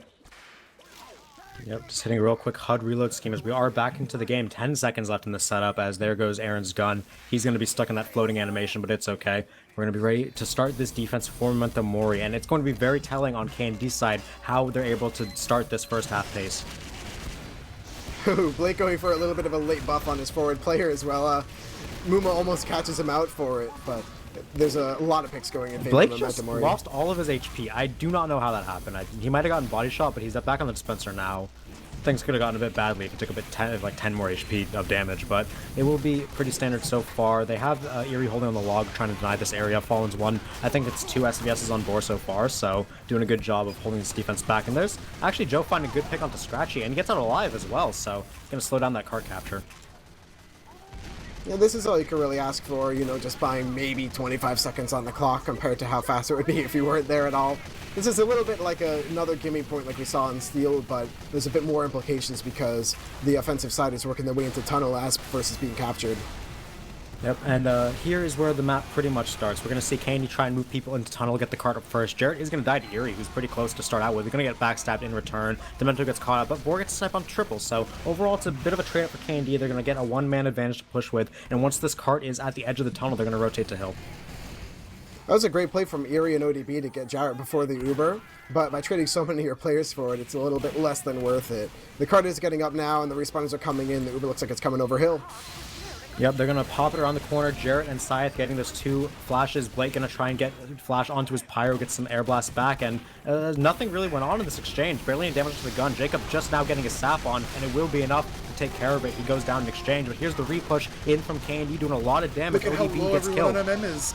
Yeah, and Muma has his banner, whereas ODB died, so they're repushing with his battalions. They're so tanky and hard to kill, and there's Candy actually hitting a one-time push onto second. What a rare sight, like you said. You emphasized that it was their first try kind of pushing. Even though they lost Jarrett before they got to go in, and they had no opportunities to catch Memento Mori out. So MM was ready for everything they had, and they got it the first time. That's a very good showing if you want to win this map as Kids Next Door. Yep, definitely a good start for them. We do see MM, their third defense. They're trying to emulate what Candy's done with Eerie forward here. They have their scout helping them out, and they're trying to stop Candy's flank from moving up. Here's Joe going to be deep cloaking, but not going to be able to find any stabs as Muma picks him out, and Bor is scoping up this side angle. If he gets a shot off, it could be big for a snowball. Oh, but there's Demento down. Oh, Eerie turns around and finds him in time. Oh, super hot snipe from Bor onto triple here, as right now the flank of K&D is working their way through, and the Uber comes in through main. The Ubers are just kind of a courtesy exchange where the flank kills are really what matter, and the entire flank of MM is dead. Yeah, that's that Fallen gonna hit a good follow-up onto Muma, taking down that enemy soldier. It's now just Scythe alive on flank alone. He's gonna be able to find Eerie for free here, gets taken down, and there's the repush in from K&D once again. These kites have been very beautiful, but there's Joe in the backline, takes out Bull with a backstab right before Boar can hit that headshot. And although they lose third, they have kept Blake up, but 3 minutes through 3 points, K&D are looking hot to trot on their map pick. Yeah, has to be such a great defense here mounted if Memento Mori has any hopes of holding this. But look at this, KD's flying forward. They're losing players for it, but this is just delaying and delaying the defense from Memento Mori. Zukima's a late death. They lost now 4 on the side of KD, but it doesn't matter. You're just capping cart right now. Cause as much chaos as you can. Just mess him up and let your team get the cart ever closer. Giraffe hid in red room there, and if anyone had walked through there, he probably would have been a free kill. He's able to just unload a ton of stickies into all of those forward players on K&D and save, you know, his team again from actually having to potentially get rolled into last. Yep, that's great positional awareness by Giraffe to kind of stop those sacks in their tracks, and there's going to be K&D walking up to the side hill area. Blake with full Uber, Bull only on 70, but when they get, they're going to be ready to go here. Cart is pushed up about as far as they can get it. They're going for a sack here, trying to force the enemy Uber. They got to sap onto the gun at least, and they are going to get that force. Jarrett hits some stickies onto the enemy medic and gets that force off. They did lose almost all their players for it, but that's exactly what K&D wanted. Now Bull, full Uber advantage to work with, and K&D can make this pretty much the fastest vigil time you can imagine without a complete snowball point. K&D hit the sap, but the Mentos sends your bombers flying in through the skies, and Bull was all the way out to spawn. So no hope of a spy or a scout chasing and trying to kill the med or force them, you know, at the last second. Yep, Cart gonna roll back for a second before Scratchy gets on it. Will get taking a 1 HP by ODB, gets out alive on that side. Here's the Uber in from Bull, full advantage, trying to take care of this gun. Jarrett can't hit enough damage onto it though. It's staying alive through the entire Uber, and it finally gets taken down, but the revenge crits are in for Scratchy. MM are trying to collapse on these Cart pushers. Fallen has a good snipe onto Zukima, triple cleaning up Muma as well. Here's the bomb in from ODB, does get a trade onto Kresnik, and Joe finds a stab onto Scythe. There's a lot of kills from both sides, but the health is bad on K&D. They need to get healed up. They're on Cart and they're pushing it forward, but there's Joe in with a backstep onto Jarrett, and Aaron finally gets that shotgun kill. Medic is out, Uber is in right before he gets backstep, but they can't get on the cart. Oh, K&D with a 5-minute push. It was so close to being stalled out by MM, but that time is amazing for the kids next door. Tsukima blasted them back off the cart, and that was just that 2 inches that they needed to capture the point. Jacob getting the stab onto Eerie right as that Uber went out was so massive in terms of just giving them space to walk up. When you don't have that massive 450 damage sink that you have to go through, it allows Zuki to live through that.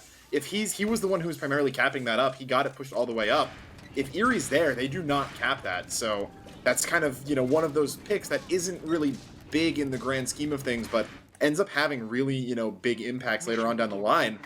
And we just saw Zuki do that. He's also one of the big reasons why K&D's second push worked out so well. After Jarrett went down, right when the Ubers faded, Zuki just walked into 7 people. I think he hit a reflect pipe and sent 5 different people from the standard Vigil second hold flying all the way to the back of tracks. And with that, easy to hold ground kind of disrupted for MM, they were kind of left in an open field and just had to retreat. And, it's miraculous they got out with as many people as they did. But saw Zuki's strong defense on Steel, and he's showing up big again on Vigil. Yeah, good catch on that one. That would explain why Zuki has more points than anyone else on the scoreboard, sans the medics. It's 30 points for him. Next closest is a Scout with 18. Giraffe has 14 for MM, and it's just looking like Zuki's doing a great job. Extinguished points aside, he's just been a big force for K&D so far throughout the entire grand final. As we are going to move into the second round here, MM trying to push this time. It's 5 minutes. It's tough to do. K&D are in good position to make this work. K&D opting for their forward hold again, and the way MM counters it just by sending everyone flying through. Jarrett goes down to 50 health, Kresnik goes down right away. Boris here in the tunnel right still now. in the tunnel? Yeah, they back up the tunnel now. It's just what they do. Gotcha. Losing the gun might open up a bit of a snowball for MM, which you'd think they'd want to capitalize on how little time they have, but it doesn't seem like they're taking advantage of it. Oh, there's Memento on the backline! Revolver shots onto Blake, dropping that enemy medic, and MM, any hope they had is looking very bleak now. They're going to try and bomb forward, see if they can get this force, but Giraffe gets skybox, Bulls and Spawn, Reflect coming out from Zukima, and that sack gets nothing. K&D are in good position to take this round. MM have very few hopes. Joe's one of them here. Gonna go in, try and find something. Sap's a level 1. Gonna get found out here in just a second by Zukima. And he will go down. Never seen a player. Boar. Once Blake goes down, MM just hit the goofy switch, and I've never seen a player get launched off that cliff as far as Giraffe just did. Those stabs falling on the front side. Now MM are going to try and dry push this uphill with no Uber. They have a lot of flank presence. They're going to get the Uber off, but they do lose 3 in return for it. They're going to run 4 onto hill as Blake goes down to Demento's revolver again, and they have complete control of this. But the cart through tunnel, we weren't even looking at that. The fight was popping off, but those sneaky cart pushes from MM are going to get that cap up, and if you think about it, that's 2 points in 2 minutes. If MM can regroup here, maybe get that kill onto Jarrett, ODB, taking him down, suddenly this is doable, and Bull drops at the end as well. What happened there? I had a whole dissertation ready about why does Memento Mori commit their medic, but then again they have to because there's only 3 minutes left, and then the cart pushers, Triple and Def Joe. This whole push and this whole round would have been lost if not for their efforts there, and man did they nail it, because look at this, MM's already in on third, just trying to create some chaos themselves. They get Chad, they get Tsukima. Right now Joe going for the decloak, gets 4-2. 1, 2. It goes down. Oh, we saw Demento open that up with a stab onto Eerie, which is big.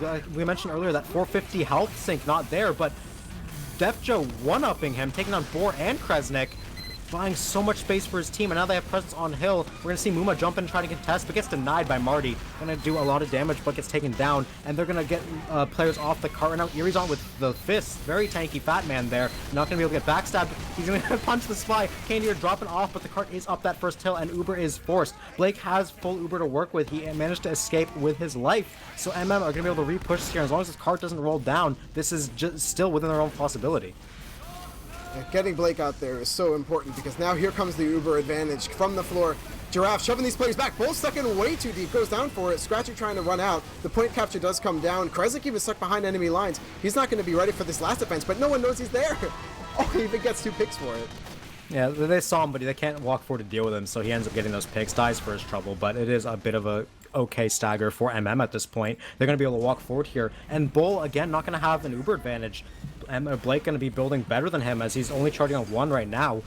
MM trying to walk through lower here. Demento stabbing, fallen, and Blake, there's Demento! Big play again from the K&D Spy, Sniper and Medic down. Puts the easy in the chat. Bull going to have his Uber advantage finally, and MM are funneling onto cart. MM really trying to get some kind of opening here, but they're sort of dying one by one. You know, ODB wasn't able to get in. Now they lose their heavy and demo before this. So Chad going for the Soldier 1v1, and they trade for it, so it is a 1v1 after all. Yeah, it's going to be a bit of a lapse in the game right now. Bit of some downtime. Fallen going to snipe Scythe off that cart. I've seen him snipe Scythe at least 5 times in the match so far, so definitely getting a good one onto him now and again. We're going to see Blake 50% Uber to Bull's 100. Now MM have 45 seconds to get this cart up the hill. There's Demento, another opening pick onto Eerie. Fallen quick scopes him, because why not? But it's all down to this last push. Right now, MM working their way outside. Candy does have ad, but what you want to do is run the clock down. Let MM waste time building and drop their demo. Actually, they get the demo and they go in. They get more everyone. and more. Jarrett and Syath, so many kills. Everyone getting cleaned up. Memento Mori only keeping 4 players alive, and Blake going to be the final casualty of that fight. Muma gets in, takes him and Marty down, and that's going to be a very big play for K&D. MM have almost no hope. They got to get to cart and keep players on it, but it's almost impossible at this rate. K&D just stands on it. Joe gets 2. Why not? Jarrett and Kresnik going down. There's the combo dead, but not going to matter. Blake feeling a little bad for Vigil because it doesn't have a cool pit like Steel, so he gives a little map death to Vigil for fun.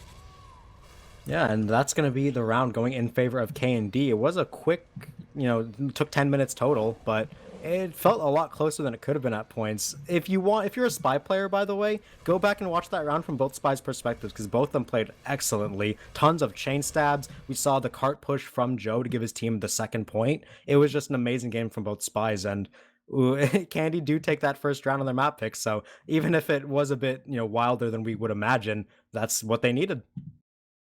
I feel like the heavy pick is the most underrated pick in all of Highlander. It's amazing how, if you go back and track when heavies got picked before fights, how often they just auto lose, Maybe not auto lose, but they just end up being a loss, right? Not having that damage sponge and that deterrent for an attacking team is so big, and Eerie was dead so often. Jacob consistently and repeatedly found him in the beginning of pushes, which is the most valuable time you can get a pick. And Eerie is, we saw him on Steel. He's one of the core members of this team. He's much more aggressive heavy than some of his contemporaries. And when he's not there, MM loses a lot of direction. They lose a lot of steam. And I mean, I don't know, it's my own crusade at this point, right? But we can see how it's working out for them. And again, just K&D's kind of, their spark plugs, right? We saw some of them come up. Maybe not in the way we were thinking of with, Zuki's big air blast and, on second, stalling the Uber on last to get that cart as close as it was, right? Because with how kind of shaky they looked on defense there, if they need another 30 seconds to cap that point, right? Because that Uber doesn't get air blasted, who knows what happens, right? Gets to play that slower. Blake probably doesn't die there. They have another Uber in, so. Yeah, again, looking back, we could just imagine the round could have been entirely different if do manage to touch the cart with that. So, and either way, things going to end up going this way with Candy taking that round. Stats on your screen. Demento top fragging his team, top fragging the server, I believe. Amazing game from Demento. We've asked him to step up throughout playoffs, and he's having his best game of the postseason when it counts. I also want to look at Scratchy here on K&D, the engineer, going 10-2. For engineer on payload, if you go down on defense, not only do you have a long respawn because it's defense, but that's so much time for you to get a level 3. Like, if you could take your gun out of a point and set it up instantly, maybe the walk is 10 seconds. But for you to die, respawn, walk back to the point, build up for level 1, level 2, level 3, that's a long time. That's almost an Uber's amount of time. So for Scratchy to stay alive and having so much impact, I think is a big reason why Kids Next Door did so well here. He's also dying for good things, too. I mean, this is a little bit more on Steel, where he had a little bit more impact, but the glow stick kills he was getting were actually huge. There's one point where he even forced Blake and still managed to cause him to drop Giraffe with the crits. And I'm not sure if he's been on it on this map, but he's really been like a solid foundational player, which is why I, kind of described Candy as that boulder before. Because it's not, you don't get those big exclamation points where ODB gets a 3K or Fallen starts, rolling off headshots, but it's just all this really solid foundational play from K&D that on a more traditional map like Vigil as compared to Steel, I think we're seeing it come through a little bit more solidly. Yeah, in terms of big pop-off plays and multi-kills, honestly, the most multi-kills we've seen out of Candy have been Demento's chain stabs and Scratchy's glow stick pumps that have just taken on players after players. On that last one, he was using it, by the way. He wrangles the gun on the box, it takes up the entire Uber because he keeps it alive so well, and then when it breaks, he has revenge crits to fight afterwards with. It's actually a really sick setup that I see Scratchy use on there, where even after his gun goes down, his usefulness does not end there as the defensive engineer. It's just a really good game plan from him all around. I want to note here, even like the first part of that, even the first round and into the second round here, a lot of what happened for K&D worked. Like, I mean, the first part of like the offensive defense, right? But a lot of what K&D did worked. We saw that a lot of their pushes, they got it on the first try almost every time, and on their backouts, they had plenty of time each time, and, they slipped up a little bit, like letting the cart get captured just barely, even though they won the post-Uber and things, so it seems like K&D is getting to play their game and dictate how this map is going, maybe following in with the boulder analogy, right? So let's keep that in mind, because we saw these huge players from Memento Mori blasting open the position on Steel, but we're not seeing it so much here. Yeah, definitely having a bit of a harder time on a map like Vigil, where there's maybe not as used to it. It doesn't lend itself to that flank as much, even though it still does quite a lot. But either way, K&D with that 1-0 lead going to be going into the second half here as the teams have readied up. K&D starting on defense, on offense. That was the longest halftime break we've seen so far, even though we've only seen two of them. And it goes to the they think they can win this map. They're going to adjust, they're going to make their changes, and they're going to want to do better than they did in that first half. Because while winning 2-0 would be the ultimate grand finals win, you come from upper bracket, you just swept K&D, and you're just clearly the best team, they need to make adjustments here, and they'll be definitely wanting to get that off, trying to get the 2-0, not wanting things to go to product. Yeah, we didn't look at predictions, but I actually thought this was going to be a 2-0 for Memento Mori. They just look like the better team today, and that's just what happens, but K&D is showing their veteran savvy and showing that it's never over until it's over. Yep, the gates are going to drop here onto MM's offense, going to walk out, try and force these flank players off. Joe's going to get an early decloak, I believe, going to try and take down this soldier scout. They don't have their sound loud enough, and he whips the stab onto Muma, going to get taken down, unfortunate. As Demento gets his, he takes down Triple. That scout pick, normally hard to get, going to hit that stab cleanly. Gonna hit another one, why not? Here he goes down, and he gets alive. I wonder how they do it.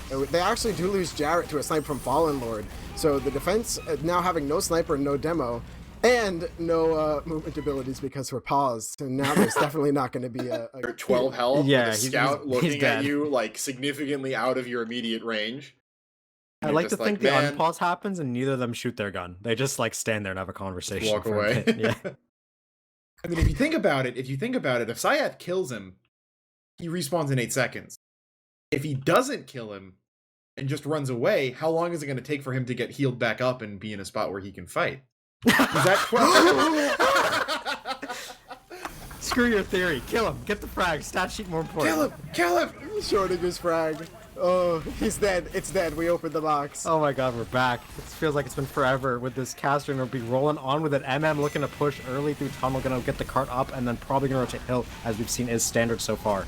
Unless they take their medic into side tunnel. What is this, an early exchange from side? MM got bored of waiting. They're just gonna go now. They do force Candy's Uber out in pretty good position. They're gonna get back kited into tunnel.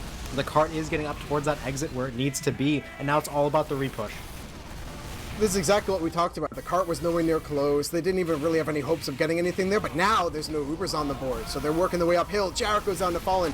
Marty's working his way flying forward, reflecting Muma. They're getting more and more of this high ground. The cart's getting captured. Candy is getting collapsed on. They're surrounded, and MM are just winning this post fight. Yeah, they have so many players forward on hill doing damage. ODB, Joe, and Erie all chiming in with big kills. ODB even bombing Moom or Bull onto Bull. Gonna get that kill onto the enemy medic. It is a super clean push from MM to take this second point in one shot. We don't normally see the one-shot pushes happen this frequently, but both teams on top of it tonight. I'm so happy we just got to see a perfect example of just using the Ubers instantly, get them off the board, and win the post. And right now, look at this. Wait, Boar is on the piss Sydney gun. Sleeper. Yeah, applying some urine to his foes, making them wish they were dead so they take mini crits, but you're not going to hit any headshots like that. MM have such good position here. They have their players forward on flank. ODB gonna jump forward, do some splash damage. Joe's in the back line as well. Cloak can see where everyone is. They're gonna jump out here, try and deny these people from getting onto cart. Uber is out here, getting players forward. Blake gets blasted in. Gonna hook up with Draft just in time. The cap gets finished, and now MM are snowballing into last, trying to chase down some kills. Bull is alive. He does have 70% Uber, but 3 points through 220 is actually the fastest pace we've seen so far. This is crazy. Candy tactical pause. Oh my god, you were right. This That's is just probably to what it stop was. the momentum. That much vaunted third hold has not shown up yet from Candy at all. Yeah, I that really one- like the tactical pause there, by the way. We do see Erie is taken down because he got hit by the piss gun, took a crit sticky, and then actually their demo man ate one as well. Draft need to get back and get healed, so even though Bull has full Uber, Blake on 70, they're just going to wait around here. Cart's getting pushed up pretty far. Aaron probably going to lose his life. 1 HP going to die to that bleed, as the cart is now in prime position for this push to happen. Blake just needs to get Uber, and then the push going to go off from the side to area.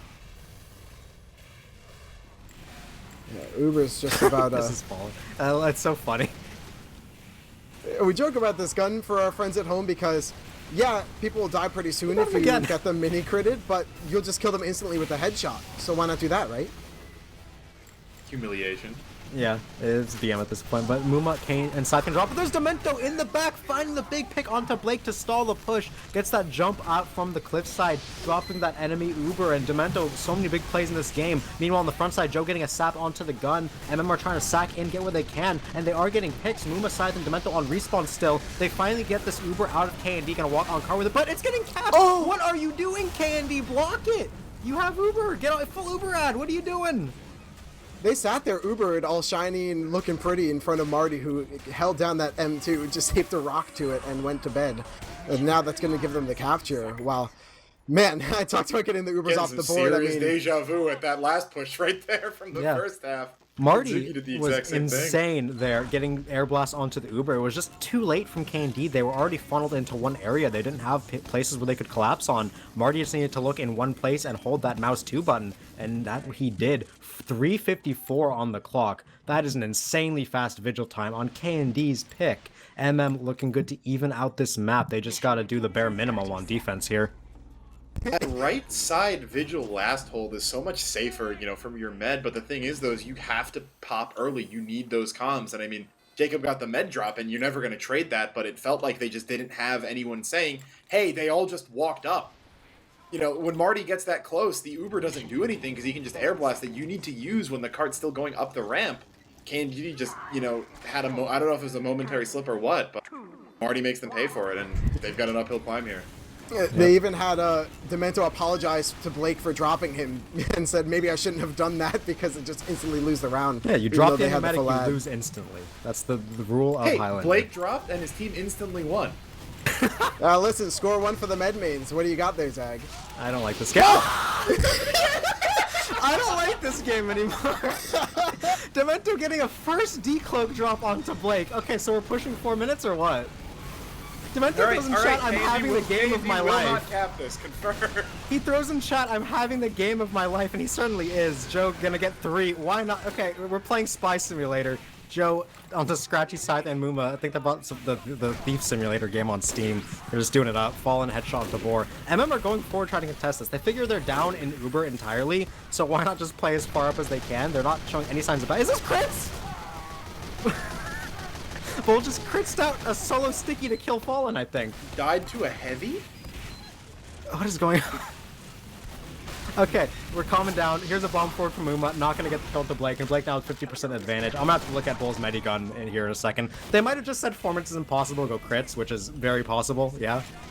Yeah, I mean, oh, you dropped your mid, why are you critzing is like what it seems like, but you never expect that drop to actually go off. Never Going happens. crits there is not, that's not a throw, that's a desperation Hail Mary. He's back on Uber right now, but, you know, 2.5 minutes is theoretically possible, but not if Bull gets ran down into first by a revolver. And I mean, we called the last one early, and MM made it close, but that was with 3 minutes. Candy is dipping under 2 here. Yeah, and Blake full Uber on this defense to work with. They're getting their gun built up to level 2 in the meantime, and things are looking really bad for KND to clean up this 2-0. They're going to have to put everything they got on this cart. They got a ×1 on it right now, but it's pretty sure it can't stop from here on out if they want to have a chance, and it's going to be real rough for them. And while we have... well, actually, right now, they are working just like some chaos here, feeding as many players through as you can, but that's when Spy does his best when no one's looking. Mental telefrag Erie on the telly. Sure, he really is having the game of his life, and he's losing. Yeah, he's losing. I mean, Banner out from ODB here. Defense gonna do a lot of work. Demento gonna knife down the sentry gun before getting taken down. And Side is spawned up with the beam on him. He has Muma on the cart. And Candy should be able to cap this up with a minute 20 left on the clock. It's very likely not possible. We talked so long about, like, oh, it's just barely one play making a big play. Right now, Joe getting Bull too. He's stuffing the cart. Chad getting locked off it. Yeah, there's a minute left on the clock. Yeah, and MM retaking the second point here, not even going to let Candy cap it yet. They could go AFK and win this round. So just like that, we have an instant equalizer. We made a big point in pregame about how these teams, Vigil's times are getting longer. We've played Vigil for, aside from pauses, 15 minutes. We kept talking about, like, we spent so long saying, you know, they're so close, and like just a few players getting these openings, and all these things are working, the pushes and holds, and then that pause was cursed, I guess, because it changed everything. Now that was such a snowball, and now on this offense we're running crits in 2020 and Highlander on payload. I don't know what's going on anymore. Yeah, Candy basically said we need to pull out something crazy when they're around. And even though they did get something crazy with Demento's drop, it's not enough in the end. They're going to end up bleeding out. They get the second point cap for a bit of pride left over. Blake running in trying to saw Boar, adding a depth to his stats. Why not? Stats don't matter. Good man. They really don't. But here we are going to be ending this round 1-1. That is why we talked about it's better to defend first and then push second, because you know what time you have to go into, right? So K&D says we have to push this in such a short amount of time. We have to go for something crazy. So if we can crits and kill their med and then have full crits add for the entire rest of the map, that's an idea that could work. And it happened to not, even though they got the drop. But that's sort of why we happen to see such a play. Yeah, very quick half out there. The 4-minute time gets easily defended. And we are 1-1 on Candy's map here. This is going to come down to the wire based on both these teams just throwing everything. This is where the 13-minute on both halves comes out. Oh yeah, let's take all the wind out of everyone's sails. Call it to preempt it or call it to jinx it so it doesn't happen. But either way, we're doing people a favor. Yeah, I mean, as bad as that half was, it's difficult for me to be too low on K&D when Jacob's playing like this. We said he was the spark plug that they would need, and he's online, right? Ideally, if you're K&D, you want to win that half, right? If it was up to me, I would rather win rather than lose. But If Good I'm going to analysis. lose, and I'm going to lose in a 4-minute time, I want my spy absolutely popping off, because he's the player that will be able to, get you these wins, right? If he can repeat what he did there, he can get those drops on defense, when there's not a 4-minute time. If he can, kill the medic who's about to push last, and his team, picks him up and doesn't then lose it with full Uber ad, then K&D has honestly the pieces they need. I think Boar and Fallen are actually, well, I think some people left server, so I don't know. We can't look at the points right now, and logs from that half are going to be they're going to be short, but they're tied in frags, even if Boar is tripling Fallen's stats, which isn't exactly what you want to see. But the pieces are there, right? I don't think we should be too blinded by the fact that just put up a 4-minute time to forget that K&D had previously just had a 5-minute one. Yeah, both these teams definitely have been coin flipping their Vigil games from what it seems like, and we said it was a possibility for long maps. This one, I feel like it's going to keep being in this pace where everyone's going to go all out, throwing everything they have. Demento played phenomenally. Another thing to note of in this match so far is we have had double stopwatch, Steel Vigil, not the best sniper maps. Neither sniper has really found their massive pop-off moment yet. Boar had a good half on Steel, and above average Steel half for a sniper, but no sniper's been doing a big carry performance, and when snipers aren't carrying very to the max of the class's ability, and Joe's doing well too. Both pick classes are doing okay. Demento's having a big impact across the board. It really is up to the combos of these teams to make up their mind about how they want to play. Because the spy stabs, while it definitely is very impressive when the spy's playing well, you can deal with it. There's ways to deal with this when you don't have to worry about a sniper constantly picking you off at every road. There's ways to deal with this when ODB has gotten shut down more on this map than he was on Steam, though he is playing very well. The big thing to look forward here is the combos and how they're going to perform, because Eerie has been having a very good game on Heavy, doing a lot of cleanup, actually top fragging the server in that clown half, which when everything goes to chaos, the fat man who's untouched will clean up everyone. I am excited to see, right? That's why we never know with Vigil. Pushing second, some teams will spend 10 minutes just trying to get this 1 point. Maybe push out a main tunnel doesn't work, side tunnel doesn't work, hill doesn't work. But then on the other hand, maybe you get second so hard you also get third, and now you're pushing into last with a 3-minute, 10-second time, something like that. So this map can go either way in all these moments. And we saw Memento Mori, when they got that one opening, they got an inch and took a mile. Kids Next Door on the first round, they had exactly their calculated, deliberate play going from point to point, hold to hold. So if Memento Mori gets another opening like that, then this is going to be a 2-0 in their favor here on map 2. Yeah, 2-0 of the match. They would be taking this map 2-1 as Candy took the first one. This is a winner takes the map on this final round of Vigil. Candy need to win this to extend their chances of grand finals winning. They have Product up next, and even if they win Product, they got to go again next week as they are the lower bracket team. So they could close everything out right here, but Candy could drag us on for a ride. I like you got it. No, I was gonna say, having that bracket reset, something that's kind of got to be weighing on K&D's mind, where knows that they don't have the pressure on them, right?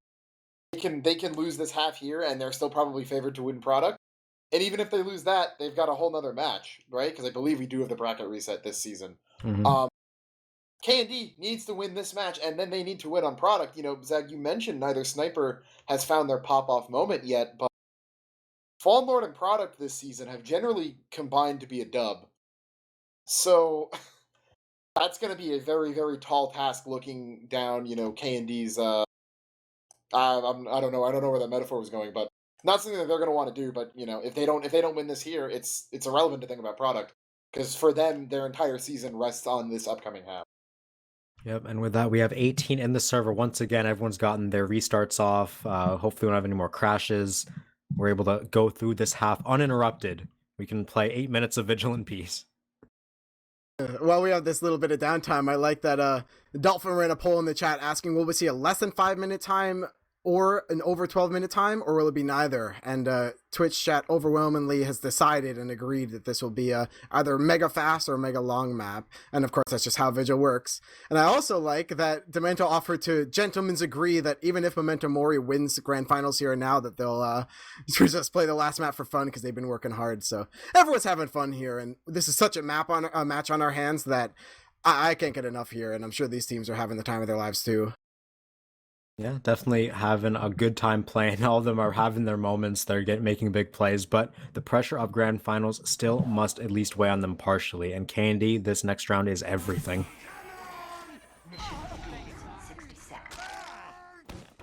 Yeah, they will be starting out on offense here. So, if they can get, something like we've seen, either that, that med drop on first or that really, really solid second push, things are going to be going well for them. It's MM's job right now to just be firm and to not, give up any big advantage. Make them fight and make them show that strength in those, even uber pushes. Don't give them the opportunity to get the momentum on you, because then they'll, then we'll see the, the whole 5 minutes all around type of half. The gravel pit, if you will. I miss gravel pit. I do wonder what Candy's comms are like right now, because I guarantee you MM is like hyper serious right now. They're like, guys, one more round, we can do this, we'll win. Just play how like we know we can. They're gonna be serious in comms. I really wonder if Candy is as serious in comms as MMR right now. I don't think there are many people on K&D that really tilt, and I'm pretty sure the ones that do right now are not showing it because they know how serious it is. I wouldn't expect much else from these teams other than, pretty seriousness all around. Ooh, is this the first crit trap death that hasn't killed someone? It might Feels be. like it is. Yeah, we just see MM playing really far forward, Eerie on the rock draft on tracks, and they're walking their medic out really far forward as well. If they'd mispositioned a bit too much, then this could get bad, but MM, they're used to this push. They're going to be looking to defend up top as some rockets get reflected. Marty doing his job on that front, protecting his gun. Demento and Boar are the first casualties. Candy's pick class is going down. Joe goes down without getting much of a response afterwards, and now Jarrett has dropped Eerie's Tomislav. Demento going to go off the rock, not going to find that drop stab. 2k for Eerie, and now M have backed up into a bit of more of a standard hold. Aaron's gun this far forward been standard? Because I feel like normally it's a little bit further back. It normally is further back, good yeah. But Wrangler damage on the card pushers here. yeah, he's been doing this in both halves so far. Really likes getting up forward pressure with his team, helping Eerie on this head glitch, and Eerie's going to take down Kresnik again, so this head glitch heavy doing a lot of work, getting arrowed by Blake as well. Keep his health up there. There's Demento going for another drop. Doesn't find it this round. Not going to hit that 1 in a million twice in a row. Does get the gun, though, for his trouble. And, ooh, Marty's getting caught out. He's 1 HP, gets out, dodges that flare from Zukima, and they will escape with all their players, except for Giraffe, who just ate a headshot. We're backing out. That is nice for K&D to try and run in while they have no demo man, because especially the way this is arced, right? The stickies do so much damage, the pills just roll down the hill. So with no demo man, Kids Next Door should take this very fast. Yep, and now K&D, they're going to look to pressure over Hill. Not even going to wait for their cart to get pushed up. They want to pop Uber fast, opting for the quick route. They're trying to force the enemy Uber. They killed Fallen Lord early, and ODB gets sniped by Boar with that forward positioning, but the counter is out. Jacob now gets the stab onto Aaron and saps the gun as well. Gets out alive to boot, making big plays. Marty has to chase him, and now K&D's repush is in. They have every advantage possible here. MM needs to get Blake out. Blake is going low and gets to the respawn cabinet. Erie's in a good spot, though. He was trapped behind it. He's going to get bowled. Good catch on that heavy hiding in the side tunnel. That pick is everything for Memento Mori. They can try and find a stabilization. We are now waiting for the cart to get pushed because Candy did go so fast. So, oh, but Demento on the front side got Blake. Blake walked out of spawn alone and no one was there to check him. Demento went to the third point super fast. Puts I'm Ascended in chat as he evens out that Uber diss ad. Candy, even when things go wrong for them, things are still going great on Vigil in this half. Such big plays from Demento here. Eerie getting Bull is a huge difference maker, because if Kids Next Door does have full ad here, then Memento Mori is basically out of options here. But now they're able to at least hold on to third and keep the spam up, while Syath has only ×2 on the card. Both teams are trying to get some damage in. Joe does get the stab onto Boar, but Demento gets a stab onto Aaron. No gun on third is huge.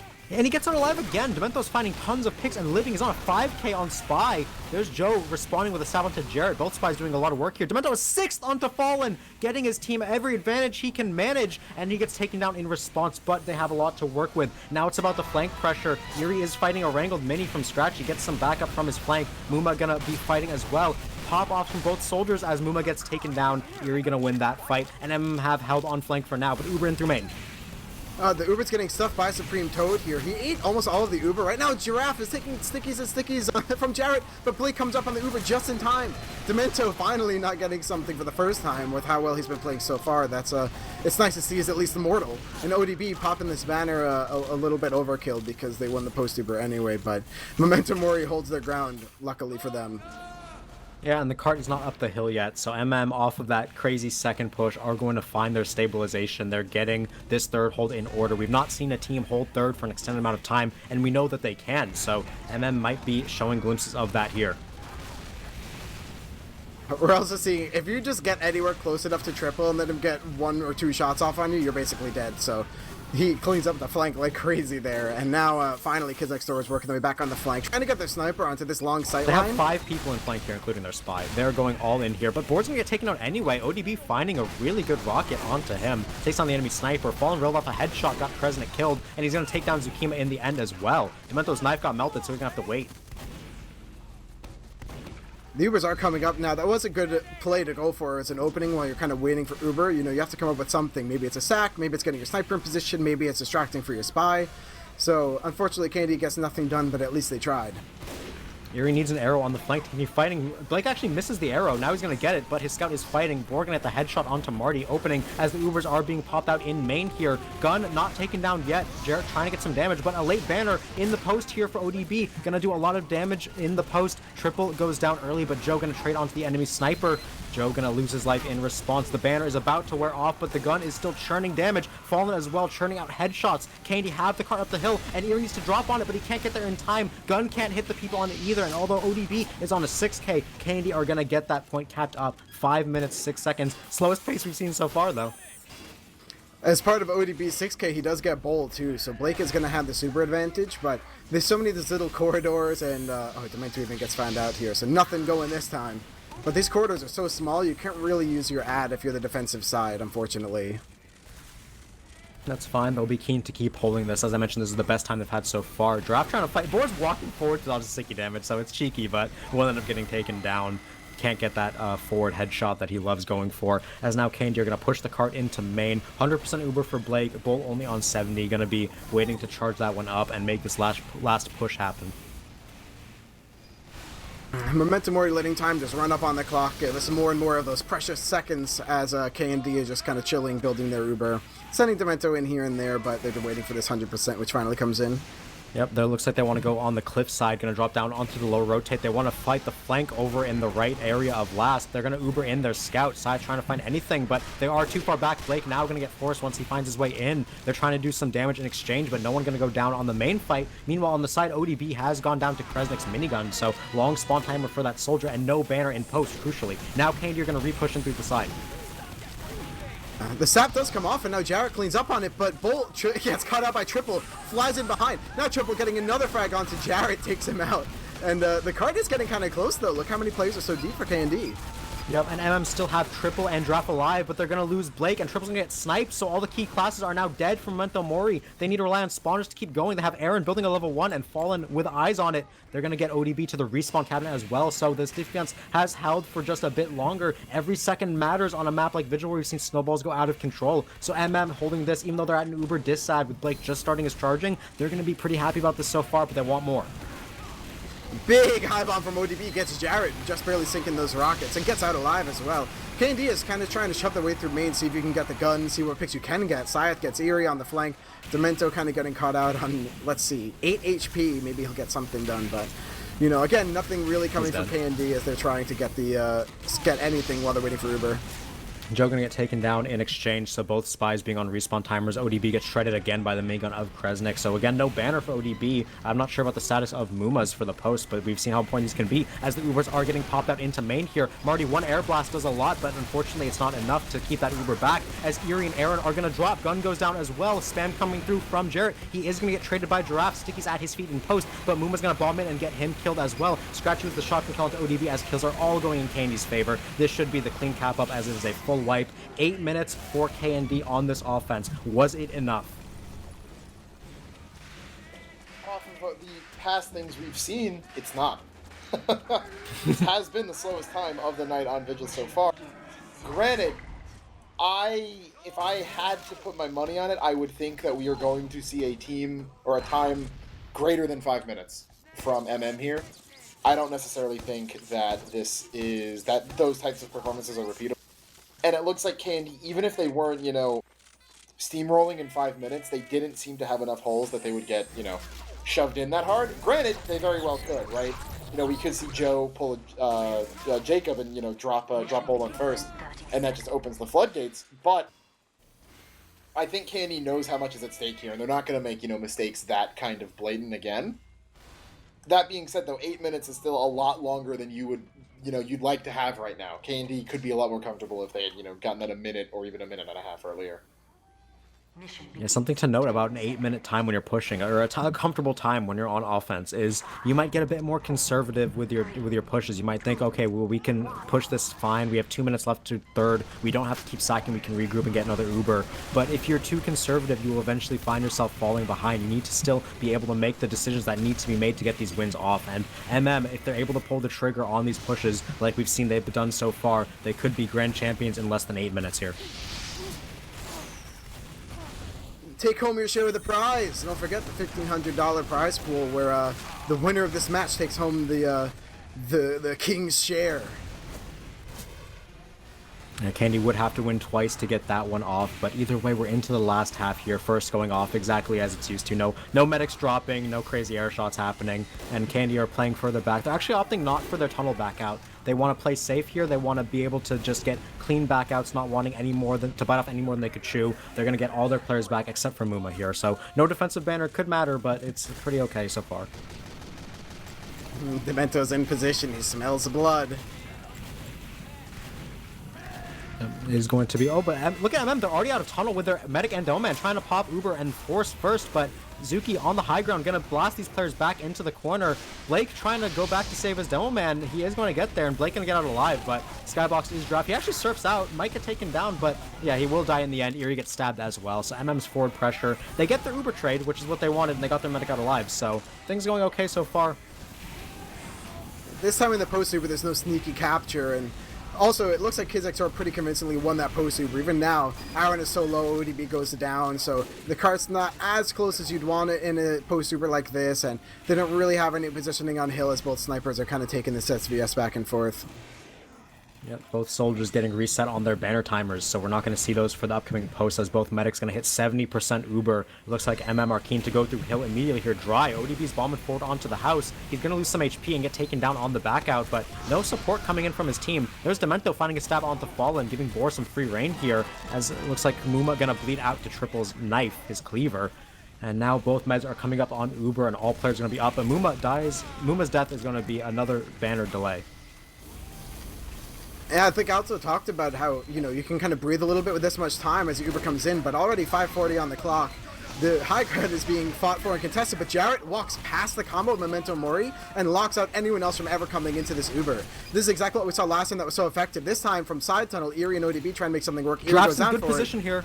Unloading stickies onto Dispenser, gonna kill Zukima early, but there's Demento in the backline, gets kills onto Blake and Fallen in post. Revolvers down Draft as well, a 5k for Demento on this second defense. Even when they have forward pressure on Memento Mori's side, there's the clutch play from the Candy Spy. Been having the game of his life as he's put it, and he's gonna continue that streak. Now it's another rehold onto second for Candy. Wow, and what an evolution from Demento too. Do you remember back in K&D's heyday when they were first breaking onto the scene? He was that kind of information spy, not getting crazy picks, but the ones that were important, helping his team communicate and coordinate. Now he just says, screw it, it's time for me to be in that spotlight, and boy is it working well for him. And he's always been able to do that deep down. We know he has the ability, and he's finally pulling it out in the grand finals. It looks like it's a push forward from MM, but this time Muma does have the banner in response. Gonna pop that one out and keep all of his players alive. Blake does manage to back out with 80% Uber, but Bull is on 100. Looks like they're gonna push forward onto hill here, taking down the enemy teleporter. No, they're gonna back out before they can. Just at the last second of that back out, Blake does go down to Chad, where Muma does get that pick at the last second. So now look, we've run out half the time on the clock. MM has no Uber, and they've only gotten 1 point, which was the free point. Yeah, they really can't find anything on this second offense. They're not going to have Uber. They don't have any saps in. it just looks really like they don't have anything to bring out here once they're stalled and don't get their snowballs. So they're probably gonna have to get some dry pushing out. There's 4 minutes left on the clock, and they're not gonna have Uber for another like 20 seconds. So, things might be getting desperate soon in their comms. You think about it, this is the time they pushed before. They pushed the entire map in the time they have remaining on the clock, so they know they can do it, but they just don't have any momentum. They haven't been able to find any picks, and the Uber gets popped out here, and Blake's just going to be forced to flee back to spawn. Bomb in, good reflect from Marty, going to keep his medic at full HP. Blake backing out successfully. They're going to lose Aaron and Eerie, but that is a-okay, as Blake now has full Uber charge to work with. This is going to be Memento Mori's best chance of the half so far. This is still a doable time, but they really got to hit the nail on the head here. And the age-old question, where do you take this Uber to get as many kills? Yeah, it looks like they're even opting for side tunnel on the Scout and Demo Man. You want to chase deep with the Scout speed boost and get as many picks as you possibly can. So Demo do the damage, Scout clean it up. The gun isn't even down though. They've gotten the high ground, but the gun's watching the cart. All of K&D just opted to hold like passively on the side, reminiscent of Upward Second. But now look, Blake goes down to Boar this time. A massive snipe, and buying it seems so much time. Bull's on 75%, and there's less than 3 minutes. Yep, Demento finding that end kill onto Eerie, gonna eliminate any chance of that heavy flank. A 7k for defensive spy right now. Scratchy's gun, where he moved it lower, was actually perfect, because that gun is so much harder to kill from side tunnel than the default one on the wooden platform. So the gun didn't even get pressured in that Uber. No one could get any damage off, and MM just looked lost on it. They're gonna have to dry push in here into Bull's full Uber. They get ODB forward. He managed to surf out the side tunnel, so that's entertaining, but Scythe's gonna be the first casualty alongside Aaron. Now it's gonna be getting over the hill here. So many picks. They force the Uber, so Candy does use in. They're trying to body block for Blake. He's surfing these 30 damage rockets and does finally manage to get all the way back out here. This is going to give him an advantage, but 2 minutes on the clock for all 3 of the last points. I don't know. Yeah, it's looking real rough for MM. They are at least going to have one more full Uber add. 2 minutes to these 2 points is technically doable. You have to keep the pedal to the metal the entire time. They need to get on the cart soon here. And here's the Uber over hill. Draft trying to bomb high. Not going to find much damage. Going to crater as well. Not going to get reflashed. Gun unpressured again. No sap coming in. And this looks doomed for Memento Mori. Hey, you hate to see it. They think, like, we got the high ground. We did it. Memento reminding Blake who he's dealing with here. Did you say a 9K? Yeah, he's on a 9-kill streak on Spy. Oh my god. He's finally get taken down by ODB in the back line. He's done his damage though. This round is over. This map is over. K&D, as long as they don't go completely AFK, will be taking Vigil 2-1 here and sending us to a third map. Product will be our decider. That 9 streak from Jacob, as impressive as it is, I think is overshadowed by the 6K that Jared had been on. Not impressive in terms of its, just its number, but in terms of Jarrett staying alive that long. Because in arguably both of their defenses, right, even in the half they won, Jarrett was really unable to stay alive. In that second half, we saw MM go in for the dry push, right, or just the even Uber exchange. The second the Ubers faded, Jarrett got sniped, and that started the snowball up. And after that, he was never able to get any footing, but we see here, he's staying out of the sightlines. He's not getting stabbed. Joe is getting denied by basically every player in K&D as Blake gets bombed out by Mumo with 97% Uber, just insult to injury here. But him being allowed to, just get a flow going, right, as actually Fallen echoes back onto Bull. Again, meaningless frags here, but Jarrett being able to really get set up and, that get that boulder rolling, right, I think is going to be very, very valuable for K&D come call.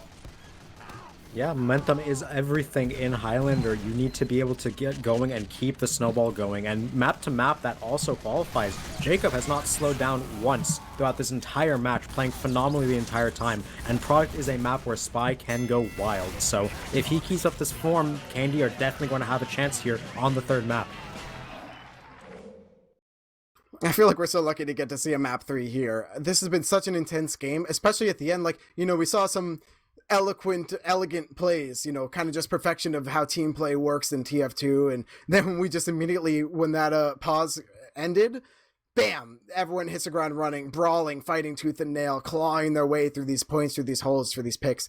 Demento coming alive like crazy, Jarrett holding it down. I mean, the cart, it feels so volatile in this last round and a half or so, so that means we're going to have a very good product. Yeah, everyone is going at full throttle right now, and we're going on to the first Koth of the match, the only Koth of the match. Everyone's adrenaline is high. This is going to be a high-octane decider map. We have the logs on your screen right now. I do believe these are combined? Yeah, so these are the combined logs for Vigil.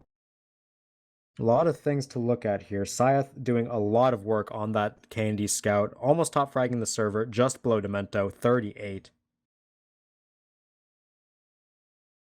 Yeah, I mean that's just the numerical proof of what we all felt coming into this, right? Scratchy too, 22 and 10, very solid engineer KD. Again, that solid foundational work that we've been seeing. ODB not or Muma, I mean not quite as good as ODB, but he kept the deaths the same. And I mean we saw the impossible in that last half, right? Muma of all people got a banner off on defense. Stayed alive long enough to charge that one up. I'm looking too at the picks, especially from Demento, top fragging in the server, gets a whopping 8 med picks onto Blake. And combining Demento and Muma on K&D is 12 med picks. Combining the Spy and Soldier of Memento Mori is 5. So 12 to 5 from these pick classes on your medic is a very, very big game-winning difference, I would say. Blake only died to 3 people. He had 8 deaths to Jacob, 4 deaths to Muma, 3 deaths to Boar. No one else even touched him, but he still managed to have more deaths than Bull, which just, goes to show you that kind of calculatedness, I guess there's probably a better word for that goes into K&D's plays where, they don't just have people finding med picks in these big chaotic fights. People know their role. They know that the people who are going to be going for the med are the Soldier and the Spy, right? Boar takes him when he can get him.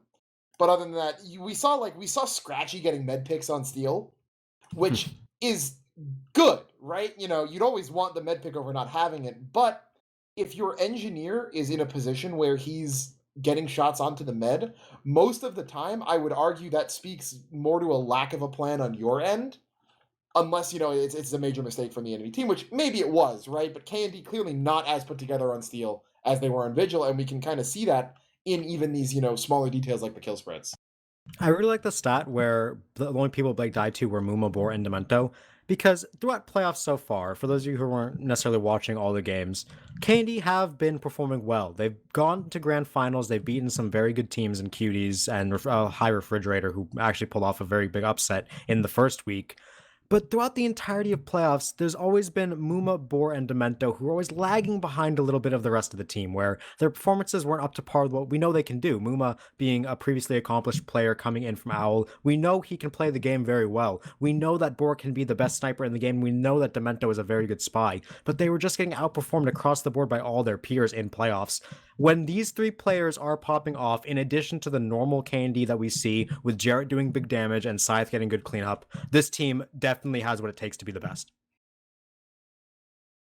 If the sides had been swapped last half and K&D had started on defense, I don't know if MM gets second with the way they were playing. Maybe. I think they started to get it at the end, but as we called it at a minute and a half, right? And I think we saw a little bit of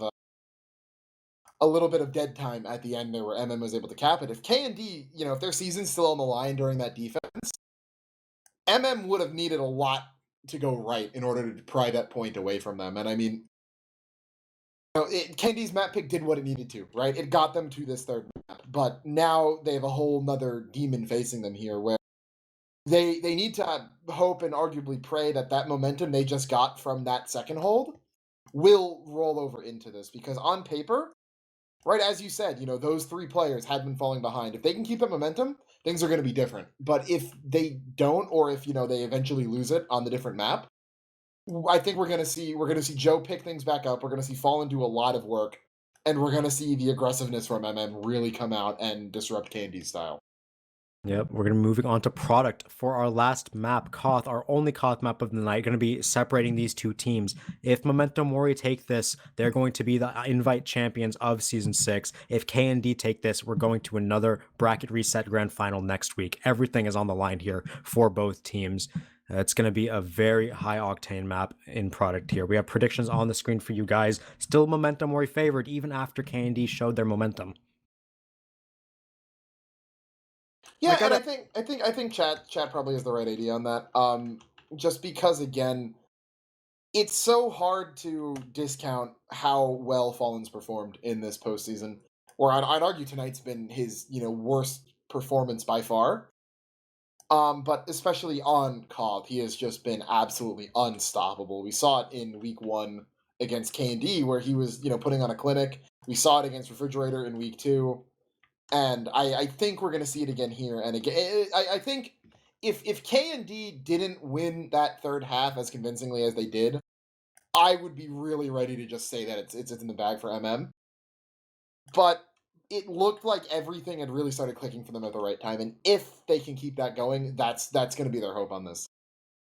Yep, and in Fallen's defense of this being his worst performance of playoffs, the Steel and Vigil are two of the hardest maps to play Sniper on, where you need to get set up hard by your team, or you need to have things go your way on flank, where you don't really have the most control yourself unless you're just insane at quickscopes and helping your team. So this is Fallen's chance to really come out here and shine. He's done this numerous times, like you've said before. This is a map where he can really impact the game, and Boar, we've seen him step up a little bit on Steel. He's done his job on the 2 maps so far, but this is going to be a big one. If he can come out here and return to form, contest Fallen, outperform him, K&D are going to have a big leg up that we haven't seen them have before. I'm so curious how these teams are going to match up. I mean, we talked about, for so many of these players in their flanks, right, they have such specific styles. Like ODB and Triple are going to live behind your team. Like ODB is going to be there the whole time. Joe is just going to decloak, gun people down. We're going to have Triple, as soon as the point's taken care of, he's all the way in too. And then Muma, of course, you think is back playing behind the team too, but he's a little bit more of a lone wolf, right? Demento is more for the cloaking and stabbing, and Syath is more playing on the beam. It's like, Mom, can we have a Triple and ODB? And then she says, no, we have Triple and ODB at home, and it's Syath and Muma. But just kidding. Of course, they're great, but I'm so expecting now, for people like Syath, where it's like, if I have the beam, I can control this point and stop everyone in my way. Or Jared, if I can call the way I want to call, we're going to lock this down. But the players on Memento Mori, they will just create these openings. They're going to find their way in. They're going to make it happen. It doesn't matter if everything is set for them or nothing is set for them. They're going to just blast it open at every opportunity they get. So this is going to be a battle of the Titans for sure. Yep, we have the massive heavy fight in pregame going on. All of MM getting their tracking ready, playing some Kovacs apparently in the server. And we've talked about the pick classes, we've talked about the flank. I want to talk about what I think could have a very big impact and what will probably end up deciding things if the pick classes and flank go evenly. The combos of these teams are going to have to shift gears so hard from a double stopwatch on quick maps to product. Where if we want to compare Triple and Giraffe to Syath and Jarrett, right? The demo scouts of each teams who are going to be leading the way in these Ubers across point, needing to get the damage, get the flashes, and get the position. Syath historically has been better than at it. Jarrett has had a resurgence in playoffs to probably outperform Giraffe in most cases. If these trends continue with K&D's combo being able to force onto MM in exchanges, then it might not matter if ODB is getting a lot of kills. They might just not have much space to work with. So anything could happen on product. Anyone could pop off here. We really don't know what's going to happen. I really think the pressure is on Syath right now to win the combo fight now. He's kind of been freed from flank, or he's been maybe locked up, and as much as Muma turned it around, I think at this point in the match you would still choose to have ODB on your team over Muma right now. Mm-hmm. And I don't mean to say Muma's necessarily been weighing him down, but we've been talking about how much pressure ODB's been outputting, and when Syath's been having to go up against that, he's normally one of the people who you see always leading the charge on K&D, and he did that towards the end of Vigil. But product, I think, is really the map where he can shine a lot. And I think that if he's, especially on it more than Triple today, that's really going to come through. And if he's not able to step up and, the other things we talked about, all the momentum they had, the pick classes not coming up, I think Syath as well is going to be one of those key players that's really going to be a make or break for K&D. Definitely. And with that, we've ran down the entire rosters basically as we've been waiting for the teams to ready up. We have 18 players in the server. Just need to wait for MM to get off their heavies and get onto their real classes, as predictions have closed, I believe, for now. Last map here. What do you guys think, casters in the booth? Who do you think is going to take this last map? Okay. I'll say this. If K&D takes it, it's going to be a 3-2. If MM takes it, it's a 3-0 or a 3-1. If I had to really put my money on it, I'm going to say 3-1 MM. I also am going to say 3-1, but check me out, okay? Kids Next Door is going to win round 1, then is going to come back and win 2 in a row. After that, I think closes it, but like Alto said, it could be a 3-2 just as well. All right, so back and forth from both of you, the casters. I don't know. I genuinely think we can't know what's going to happen. Everyone's been playing very well tonight. Some players more than others. Some players have been historically better than others in postseason so far. There's so much on the table to discuss about what we're going to do. And this is such a departure from the Vigil and Steel that we just played. It really is completely up in the air. I'm going to go against the grain here. I'm going to say K&D 3-2, just for, a bit of variety on the desk. I think it's very possible as well. I have a simple question that I don't know if we touched on yet, but I'm sure everyone's wondering at home. Can Demento keep it up? We'll have to see as the teams have readied up here. We're going to be getting into product final map tiebreaker in the first grand final. K&D need to take this to reset the bracket. Wins it and they are champions. Rolling out. Working away on the mid, Jarrett takes the slow, safe mid. Giraffe flying in hot and fast.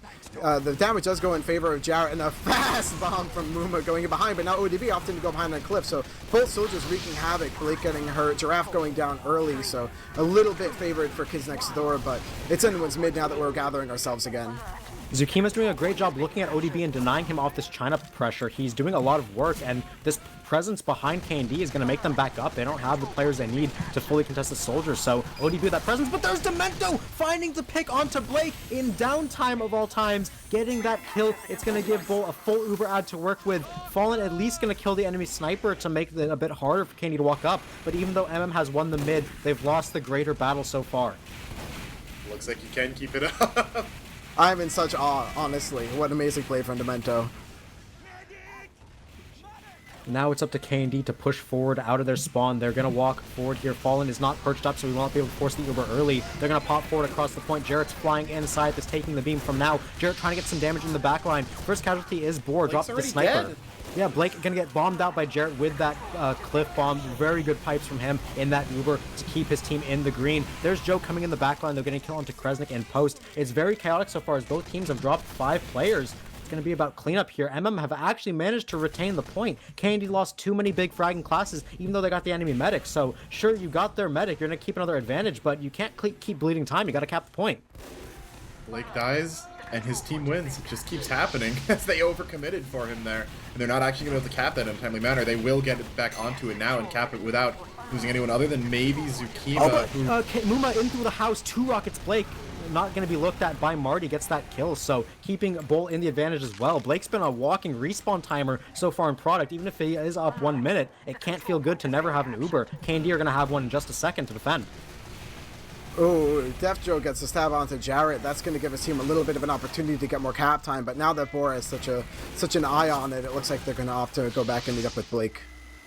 Joe barely misses the last revolver shot into Boar. He's going to be able to live with that Darwin's and keep applying pressure, and he is going to immediately headshot Marty, so that frag having more implications. Now Muma is in the backline, no pyro to reflect, means there's a bunch of damage coming in. There's so much spread out players for K&D. It's so hard for to deal with this and get forward. They're still all behind houses. They need to regroup. Still no Uber for Blake, who is even committing himself. Jarrett walking in alone, not even taking the scout to chase Blake out. So this time Blake's going to live. This time Jarrett opting to go for as much damage and as many frags as he can get. Really only gets 1 or 2. Psyop now in behind gets Eerie, putting damage into ODB. Does go down for it, but this is going to give Blake a big advantage, and his team has much better spawns while they're taking this fight.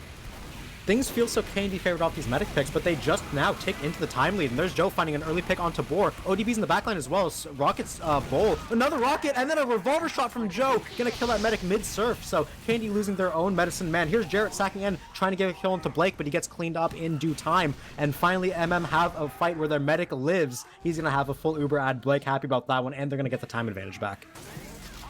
Yeah, we talk about how well K&D is playing this so far, but the times are almost even at this point. Like, Memento Mori did so good capitalizing on these disadvantages and, like, mitigating the disadvantages, I guess it'd be better to say, that, yeah, we're just ticking down to the clocks being even, with Blake being the one to have Uber advantage.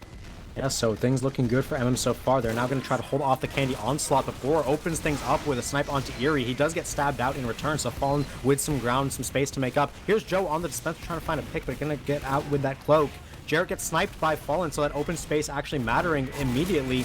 Now no players for Candy to walk forward. Yuki's gonna die to a sticky and flare gun combo. Heard a spy or someone sacking in. Yeah, Demento's on the house. But crucially, Blake didn't have to force Uber, and they're retaining control of the point. Now 30 seconds in the time lead.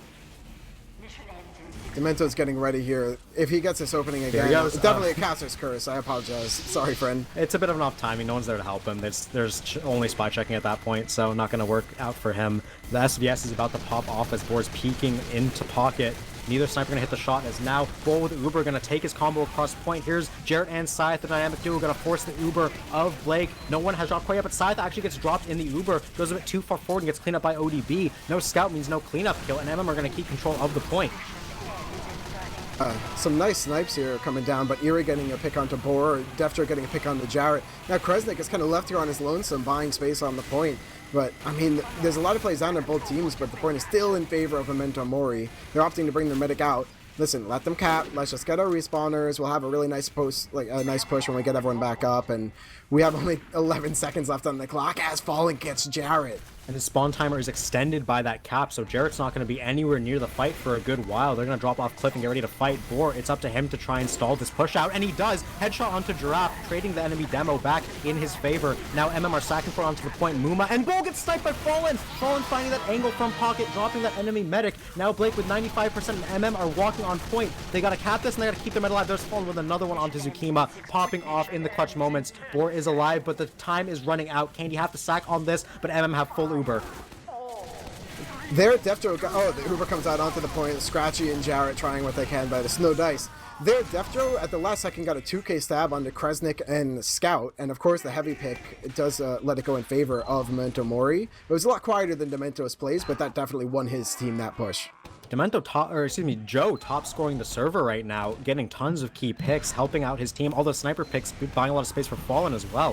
Fallen got a medic and a demo off of that sniper pick from Joe, so their pick classes are picking it up as we thought they could. Now new mid coming in, Eerie and Marty are dead already. Yeah, there's the sack in. They did manage to get the new medic, but it looks like it's the classic sack the entire team for the medic so far. Candy are cleaning up everyone on the point. Their only casualties have been the heavy and the medic. Muma as well getting killed on his bomb attempt, but Candy gonna cap this up with Uber Disad. It's a bit flipped from what it was last round. Here we're gonna have to see if if Blake is able to make his way back in here with this. Now coming up on 90%, getting a position before they get onto the Uber. But Bull's in a pretty safe spot. He's got a mini sentry, his team has traps up, his heavy's on cliff. So Triple and Giraffe are gonna have to work their way in pretty deep. Giraffe goes flying in with the jump. Even ODP coming and landing on the rock too. They're just trying to mulch anyone who's left in. ODP got Bull. Huge rocket from a distance. How many teams do you know will play Uber fights where they're planning on flashing their soldier when he bombs into the enemy combo? Normally that's the demo man's job. You flash between demo and scout, but ODB gets a flash and he gets Boar and Bull with it. ODB just having such big impact, and he's on point with the rest of his team as well. MM super strong on that recontest. They keep their medic alive, they get the point back. Listen, with a teammate like ODB, I'm not sure why they would want to Uber anyone else. Yeah, that said, Eerie gonna find an early pick on the side, put on a respawn timer. Everyone is now up for KND. They're gonna have to repush in at an Uber Disad. MM gonna have this one up in just a moment. Now dropping into pocket are KND, trying to dry pressure this. SVS gonna pop off shortly as Boar drops into pocket, trying to meet Fallen. Demento's in the backline, trying to shoot Fallen, does distract him. Muma goes down, and there's Boar with the snipe onto Giraffe thanks to that distraction. Kresnik is forward on point, gonna get taken down, but helps get the kill onto Triple thanks to Jarrett's pipe, and Uber is forced out here from Memento Mori. This is exactly what Candy wanted. They can't get the trade onto Bull, and now they're gonna have an advantage going forward here. That's so huge from Jarrett to land those pipes in the pocket. Like, they didn't really force Blake. Blake was just sitting there full health, full Uber, nothing wrong, but then his teammates were all dying around him. Giraffe gets 2 piped, Triple gets piped, Eerie's going so low, and he finally says, you know what, I have to use just to get these guys alive and get myself out. But at that point, it's too little too late. You have no teammates, and you're the last one alive on the point. You know, both spies now dead. Joe did get a kill onto Zukima, who got put on a respawn timer, but here's the Uber in for Candy. Scythe gets a flash, but he can't quite get onto Blake, and Fallen's actually going to snipe him on his way out with that body shot, so Fallen putting in tons of work again. MM now flooding onto the point through caution. Oh, Giraffe needs to get tanked here as the heavy is there, but Eerie gonna clean him up from the side angle, and MM are gonna get this recap almost instantly, and there's Bull going down to Fallen at the end. Fallen turning it up when it matters the most, getting that 6k, that headshot onto the enemy medic. Blake now on a full, make it 7, why not? Jarrett goes down on his sack attempt, and there now all the cards are in MM's favor here once the time ticks in their favor. Dude, look at these. Memento Mori is winning basically every post-Uber, right? We talked before, you know, just exchange the Ubers, let it happen, but then come back at them with full health, maybe from the high ground, or call mega focus fire on someone on the point exposed. So Memento Mori just has this down to a science. Demento almost got the drop stab. He hits the shoulder of Blake. That's unfortunate for him.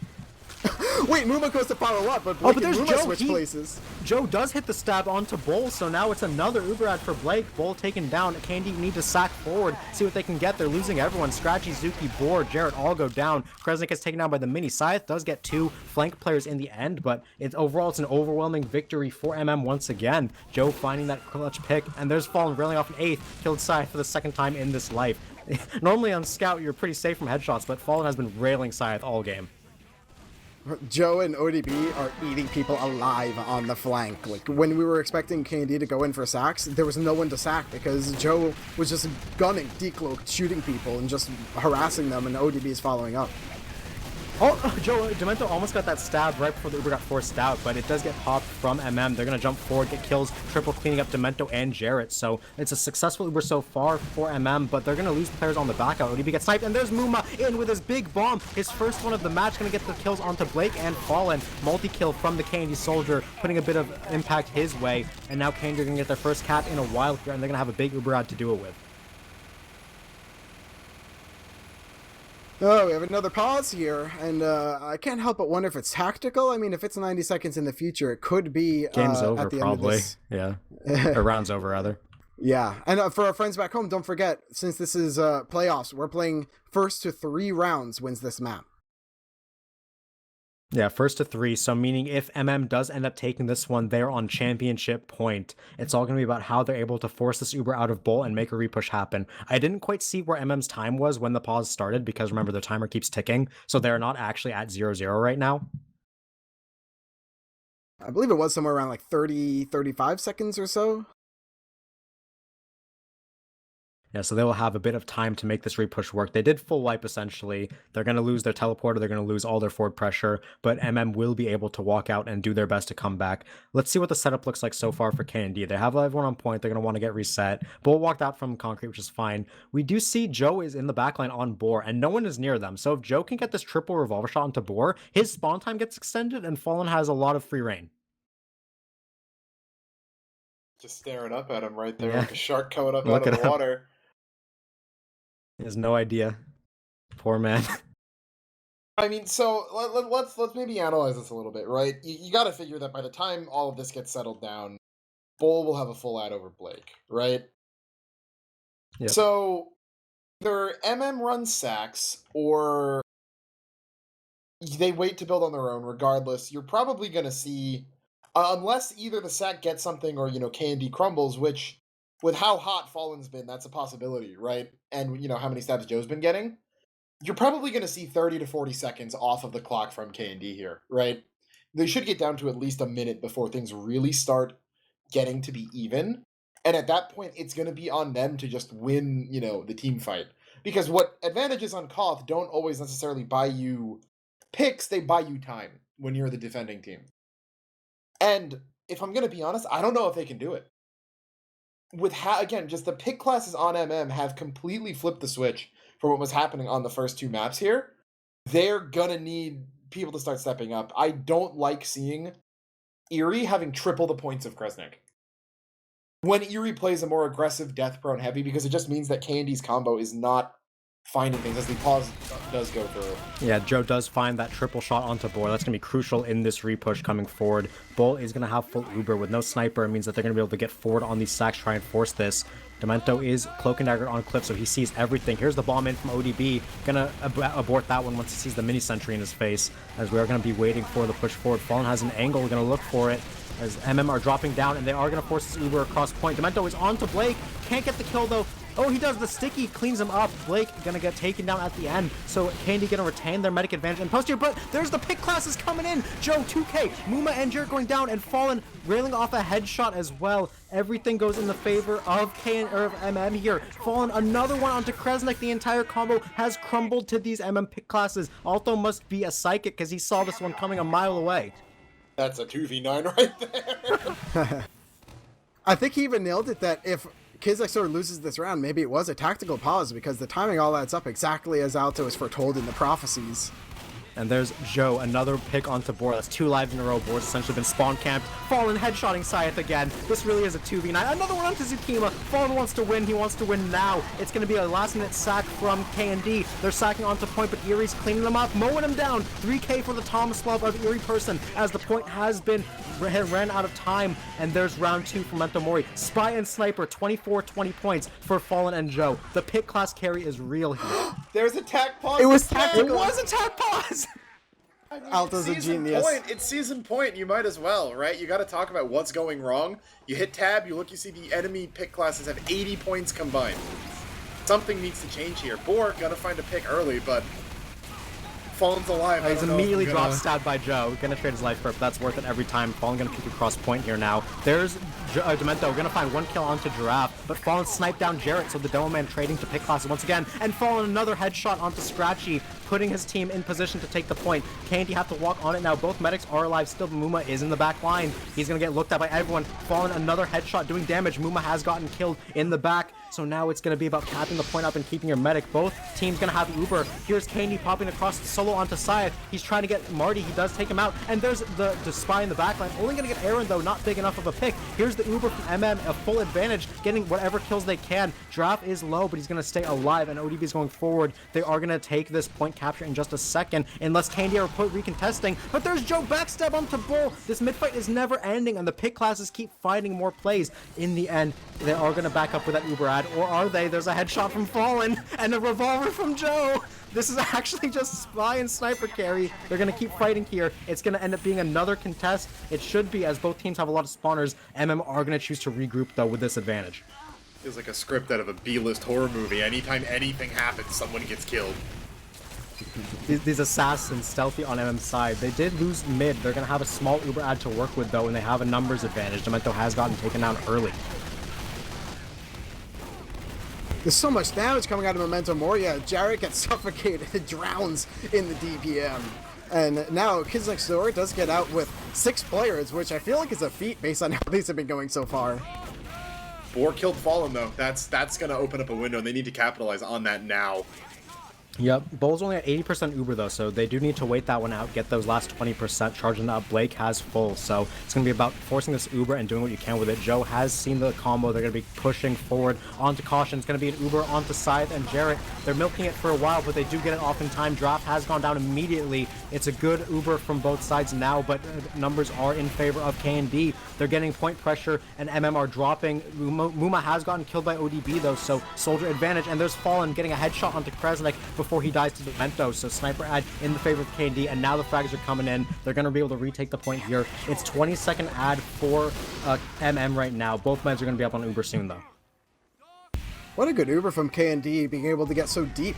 A lot of the problem on this map is if you use your Uber on your side of the point, by the time you get there, you only have half of it left, and they use and have a better one. But by being able to get Jarrett and Saya in the enemy team and just explode everyone around them, they were able to get this point pretty convincingly. They're not able to do that if Fallen's not dead, which is that Boar counter step coming in big. And even then, Fallen was alive for 3 seconds in the fight, and he managed to kill President before he got stabbed. Another Sack bomb, onto though. Bull.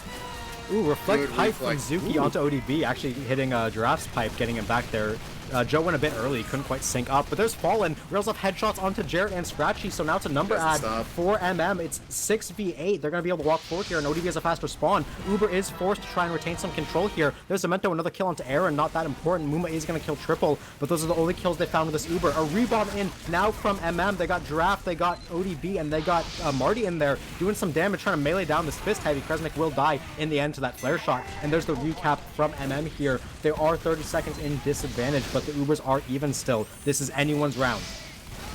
When MM went for that initial sack onto Bull, Triple and Aaron got on the point, and they got it more than halfway capped. So whereas Kids Next Door wanted to just hold that Uber with Bull, he was fine. Nice shot falling onto board. then they would have been able to hold the point and the Uber, but they get forced anyway because of Triple and Aaron. Yep, ODB did get put on a respawn timer, so no flank control means they're going to get pushed up on here by that Wrangled Mini. Demento stabbing Triple. Big pick on the Scout, not able to do any chip damage as the cap is gotten for essentially free for K&D. Jared had phenomenal spam there into pod to force all of the combo back away from contesting that, and on the walk back in, Jacob finds two.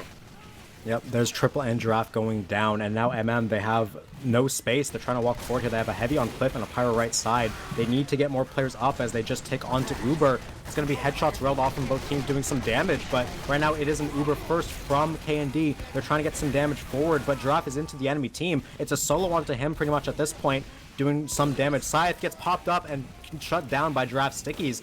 Joe is the trade on that side. He's on a respawn though. Now it's going to be about this bomb from Muma. Gets 2 rockets. He does manage to take out Fallen via fall damage. So that's a pick, but it's point presence. Once again, Demento gets a kill onto Triple, backstabbing that Scout twice in a row. That's actually a bigger pick than anyone would give credit for. And now Candy have still retained control of the point. There's so much pressure from Memento Mori, even in the middle of these fights, that they get so much cap time down. The thing is, when you cap when so many of your players are dead, now your respawns are worse. Candy has the better ones. Like, Krezzik is in position, Jarrett's just getting here, but the rest of their players are responding about now. Muma immediately gets killed on his bomb onto the enemy China. ODB shutting him down, going in for a bomb. Does a lot of damage to Kresnik and will result in a kill. Triple cleaning that one up. So big play from ODB to open up some space. Now it looks like MM are going to be able to easily retake this. Candy have 90%. They're going to pop up once they get it. Walking across point, but they only find Giraffe so far. It's a good pick on the Doman, but they need more. They don't have any point control. Now with a response Uber, MM has full control and they got the capture. Candy do have very good time on the clock, but it's all about the next Uber coming up. Fallen has opened things up with a snipe onto Boar. ODB causing some trouble, wreaking some havoc, bringing Bull down to 30 HP, getting a rocket on Zukima. KD has to take more and more time before they can ever come in. ODB is causing so much chaos on the back lines. Now, the rest of Memento Mori is getting healed up thanks to the time that was bought. The Ubers are getting closer and closer. We have a little bit of a time to breathe, which is only better for the team that has the point. Speaking of buying time, Fallen headshots onto Scratchy and then takes down Jarrett as well with a body shot, so stalling this Candy push without a demo man, they can't really get forward. Sentry gun being put on concrete for Aaron. If that gets wrangled, it could be a big nuisance to the fight, especially with ODB defending it. Looks like both spies gonna get taken down, not doing much. That's a far cry from what's been normal, but it looks like we're gonna be ready to go here. Both teams have Uber, no spies to worry about. Popping cross point first is K&D. Flash onto looks like Scythe being able to solo onto Draft so far. Boar has won the SVS this time, so Post is in favor of K&D right now. They're going to get onto the point. MM trying to collapse with what they can, but they're being hurled back into the rock. A lot of damage coming forward, though. Zukima and Kresnik getting taken down. Muma as well. Blake actually arrows down Scythe, but K&D have control of the point. It's 15 seconds. Everyone needs to sack on it. We're getting close to double overtime here. 9 seconds. The spawns are better for K&D, but they worse for Joe! K&D, and they have so few people already. Joe gets a huge pick on Fallen got Boar. 2. Fallen takes out Scratchy. Oh, but there's no spawners for K&D. MM are collapsing on this faster with their spawners, and they get the recap. They just need to hold it. It's just Muma. He can't contest it, and that is the match. 3-0 for MM on product. They are your Invite Season 7 champions. Congratulations to Memento Mori winning RGL Invite Highlanders Season 7. Fallen Lord finally gets his badge. That's such a long time coming for Fallen Lord. You have to feel great for him. He's been on so many teams where he's been a star player, and in the grand finals, final map tiebreaker on your upper bracket, you do not want this to get reset. Pop-off performance, absolutely shredded the opposing team. K&D just got shut down 0-3'd on product. MM undeniably the better team here tonight. I want to hear your guys' guesses on his KD. Ooh, 3 rounds, right? 30 Yeah. and I'm just gonna go for general 30 and 10. I was going to go like 28-15. Zag, you are scarily close. He's 33 and 9. Yeah, I felt like it was something like that. It literally felt like he was getting 3 kills for every death. Yeah. That's unbelievable. Yeah, just phenomenal performance by him. And I mean, we highlighted those pick classes, and it almost felt scripted. Anytime Kane looked like they were going to have any kind of advantage, Fallen gets 2, Joe gets 1. Just 3 people on K&D instantly gone, and normally pretty high, high value classes as well. Boar not even having his worst performance, but just completely unable to keep up. Yeah, just outclassed. Fallen played out of his mind. Joe as well picked it up in that final map. Demento kind of, I don't want to say he went missing, but he got outclassed on product. Couldn't find the same impact he was having on the stopwatch maps. And we have the logs. I believe these are combined for product. These look great. No, these are match logs. These are match logs. Okay, these are match logs. Yeah, Dolphin hits up with the product logs. And I mean, that kind of says it right there, right? Actually, the time on these is messed up because of the pauses. Yeah, Or the GPM, I mean, so that messes up the time. There's accurate, or there's product. And yeah, 33 and 9 on Fallen, 23 kills on Joe, just Fallen having 12 more kills than anyone else on K&D is... You know, it feels like the universe was conspiring against Fallen with all these great seasons where he never wins, and like, this is the type of effort he would need to put out to finally win, right? But manages to do it. The rest of the team going to be celebrating with him, and congrats to MM. Yep. For the rest of the team, everyone performed pretty much up to par. You don't even say like too many K&D players played bad. There was a bit of an outclass in the heavy where Kresnik kind of just got shut down. 6 and 16, 160 DPM compared to Eerie, 14 kills, 220. Big bag of meat for his team, soaking damage, doing work. Soldiers obviously big impact for ODB, but when it came down to it, it really was just a pick class show on product, which is kind of what the map is notorious for. I asked in a very specific way before this, can Demento keep it up? And that was a trick question, because as Spy, you know, a lot of what you do comes down to the enemy team. And that's why I asked it at the time that I did, because if you get so destroyed by Spy, you spend this entire time between maps talking about how you're going to counter Spy. So Memento Mori is ready for every single thing that Demento is going to do. And boy, did they shut him down in this one compared to Joe. Yep, he got that med pick on the first mid, and we're like, he still got it. It was just the last burst. That was just a little bit of run over, I guess, from the last map, and dried up pretty quickly. Yeah, but with that is the end of the match, end of the season 7 coming to a close. your winners. Whether or not we saw this at the beginning of the season, they were definitely a top 2 competitor from the start. I don't know if we would say confidently that they'd be holding that trophy, but they definitely over the course of the season proved that they were the team that was best suited for it. Dropped 2 matches in the regular season to the 2 teams who seated above them, but flawless in playoffs. And ever since they picked up Blake, I believe they've been undefeated. That map on Vigil was the first time they took a map loss with Blake on Medic, so... Jeez. Got their team together, and I want to say it was week 4 or 5, and really just never looked back. Big congratulations to Memento Mori ending the season in style. Unfortunate for K&D, who will not be winning this season, even though they put together a roster of players who I do believe most of them wanted to try very hard, get this title under their belt before a lot of them went their separate ways, but either way, that will be a second place finish for them. We hope to see some of their players back next season, but from what we've heard, for the billionth time, K&D probably will not be reforming in this iteration again. Yeah, and as we're just working on getting a Victor's interview. Of course, the Victor being the winner. No one is named Victor as far as I'm aware, but I'm very impressed, like we've discussed. It was a bit of a kind of tough loss on Vigil. Like, you really think that Memento Mori did stand a chance, but, you know, they just throw it out of their minds and take it back on product here and win it pretty convincingly, making you think maybe they should have picked it themselves, huh?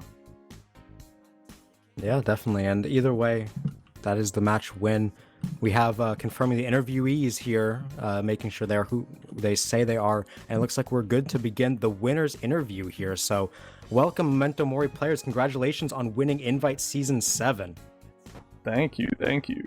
We do have Joe, we have Aaron, we have ODB, and the man of the hour, Fallen Lord himself.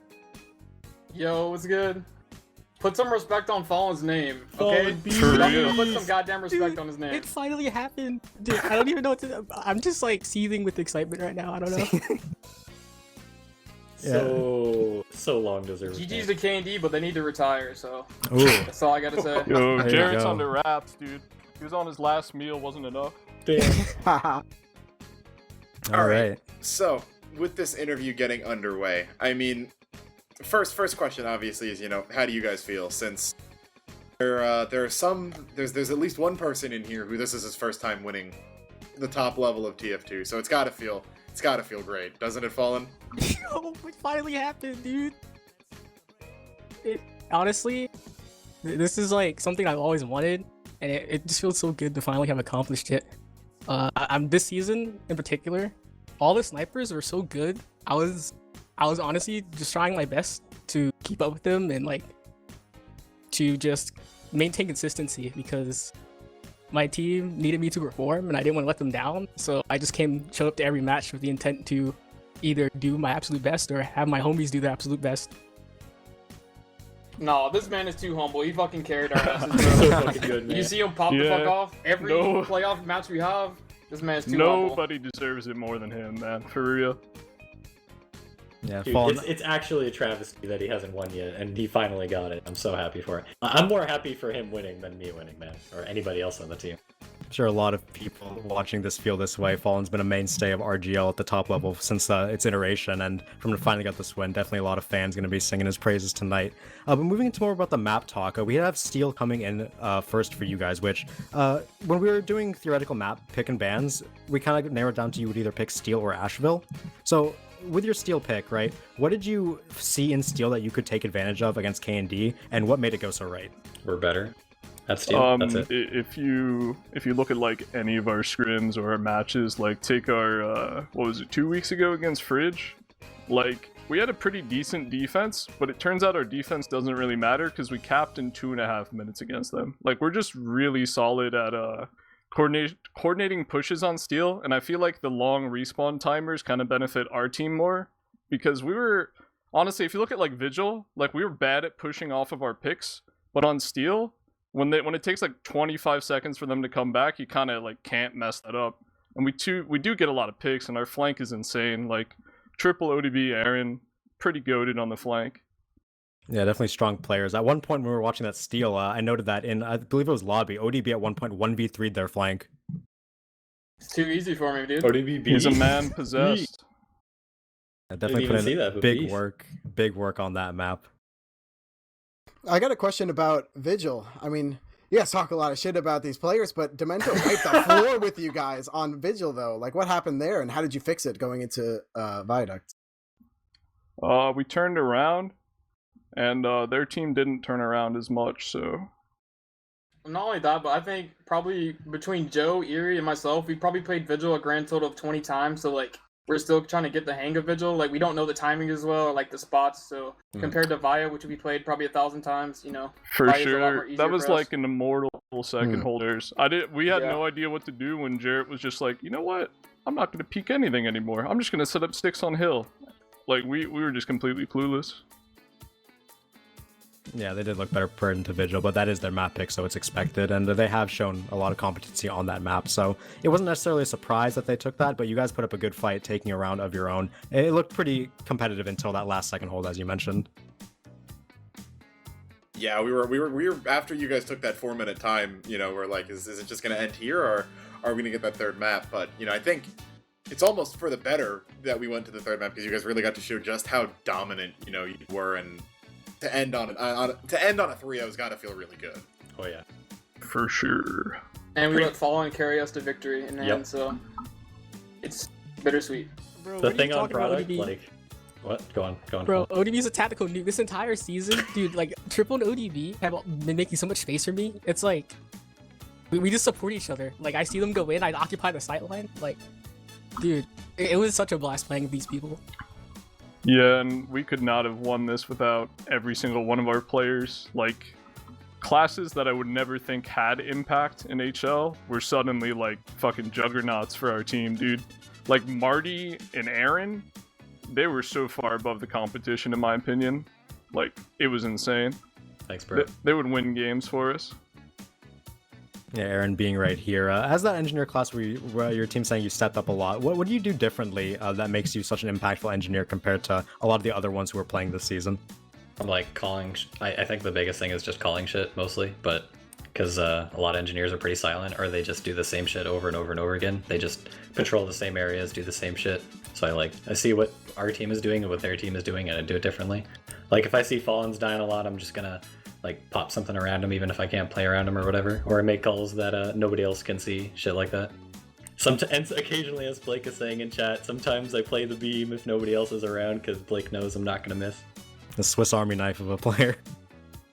Unfortunately, it Similar- doesn't really look in the stats, but yeah, Swiss Army knife. Similar question, I guess, goes to ODB, because I mean, I think Muma kind of epitomizes the feed soldier playstyle. And as someone who also always kind of seems like they're in, what's the difference, I guess, specifically between you two about why it felt like you're always in at the perfect time and, getting 3Ks? And, Muma had his bombs, right? But it felt like more often than not, he would be the first one dead in a lot of situations. I would only commit if I saw an opportunity or like I needed to make space for Joe or anybody else in our team, like Fallen. Like I won't just bomb in blindly. Like I play off of information, and if I see opportunity, I'll go for it. Instead of just like bombing in to bomb in, like I'm bombing in for a reason, Like if I see their meds open or their pyro's dead, anything like that. Instead of just feeding to feed, pretty much. I think the key as well is that ODB doesn't bomb because like the call is for him to bomb. Like obviously he does that when it happens, but for the most part, it's him playing soldier, like seeing what he sees and making the decision himself. Whereas I think Muma gets asked to bomb all the time, and he'll get in there when it's like suboptimal, because he just has to do that for his team. But when you're more like making the decision yourself because it's good, I feel like that's also why like I had the success on product. I wasn't waiting for the team, I just knew when to go. And kind of on that success on product, right? One of the things that we were kind of noticing was that throughout the first two maps, Vigil and Steel, obviously not the best pick class maps in terms of KD, but we're thinking, hey, it looks like MM's pick classes aren't, at flying at Mach 7 like they normally are. And I mean, did you guys just attribute that to the map? And because, we're saying if they come back on product, it's over, and that's exactly what happened. But, did you guys just know you had product in the bag, or was there some uncertainty before you got into it? There was none. We had it. We knew product was ours, dude. We got Fallen Gourd, dude. Like, yeah. All we as gotta long do as is we keep this won man Steel, alive we and knew keep their sniper dead, and we win by default. So, like, we thought had it'd be no over doubt 2-0. on product. Yeah. We just we focused on Via and just put Vigil in the past. Yeah, I it mean, was over. I think they played super anti-pick class, like first two maps. Particularly Vigil. Like, they were just not peeking Fallen at all. It wasn't even an SVS being taken. They really feared him, and you cannot avoid a sniper on product. It's just over for you. They've developed this habit. I remember hearing in the past, I may or may not have peeped a VOD or two of them talking about how they gotta, like, before product week, that they gotta, like, shut down flank, so they just spam flank really hard, and that just allows our pick classes to do whatever on product. Like, you can't play differently on a map like product where Fallen is going to destroy you. Yeah, definitely came in clutch. Your key playmakers doing tons of work, showed very good individual skill throughout the entire season, and then brought it all together with team cohesion. Perfect season for you guys after that initial start where you did lose the 2 regular season matches. Flawless in playoffs. You dropped 1 map total the rest of the season after that. It was the Vigil map, which, you expected to maybe not go in your favor. But overall, definitely an amazing season for you guys. Once again, congratulations for winning this Invite Season 7 title. Any closing remarks from any of you? Shoutouts you want to give? Shout out to Fallen, first one, bro. He's a beast. Put some respect on Fallen's name. Shout out to Friction. Shout out to Coach Vanilla Love. Coach Bucks. Yo, everyone on Coach our Bucks as well. roster that was pug scrimming us as well. That was some crucial Yeah, shout practice. out- Like, all 18 people on the roster. Thank you so much, guys. Yeah, shout out to the MCM boys. Oh yeah, absolutely. All right, and with that, we will put a cap on this Season 7. Once again, congratulations, Memento Mori, your Season 7 Invite Highlander champions. Enjoy that title, enjoy the medal, enjoy the prestige, all that comes with it. Congratulations, boys.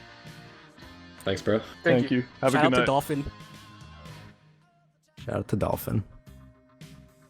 And with that, we're going to get ready to close out the final cast of the season here. Thank you all for joining us. This Highlander Grand Finals cast has been a pleasure seeing all of your faces in chat. 1,000 viewers, we peaked about maybe above it from what I saw. Thank you all for that support.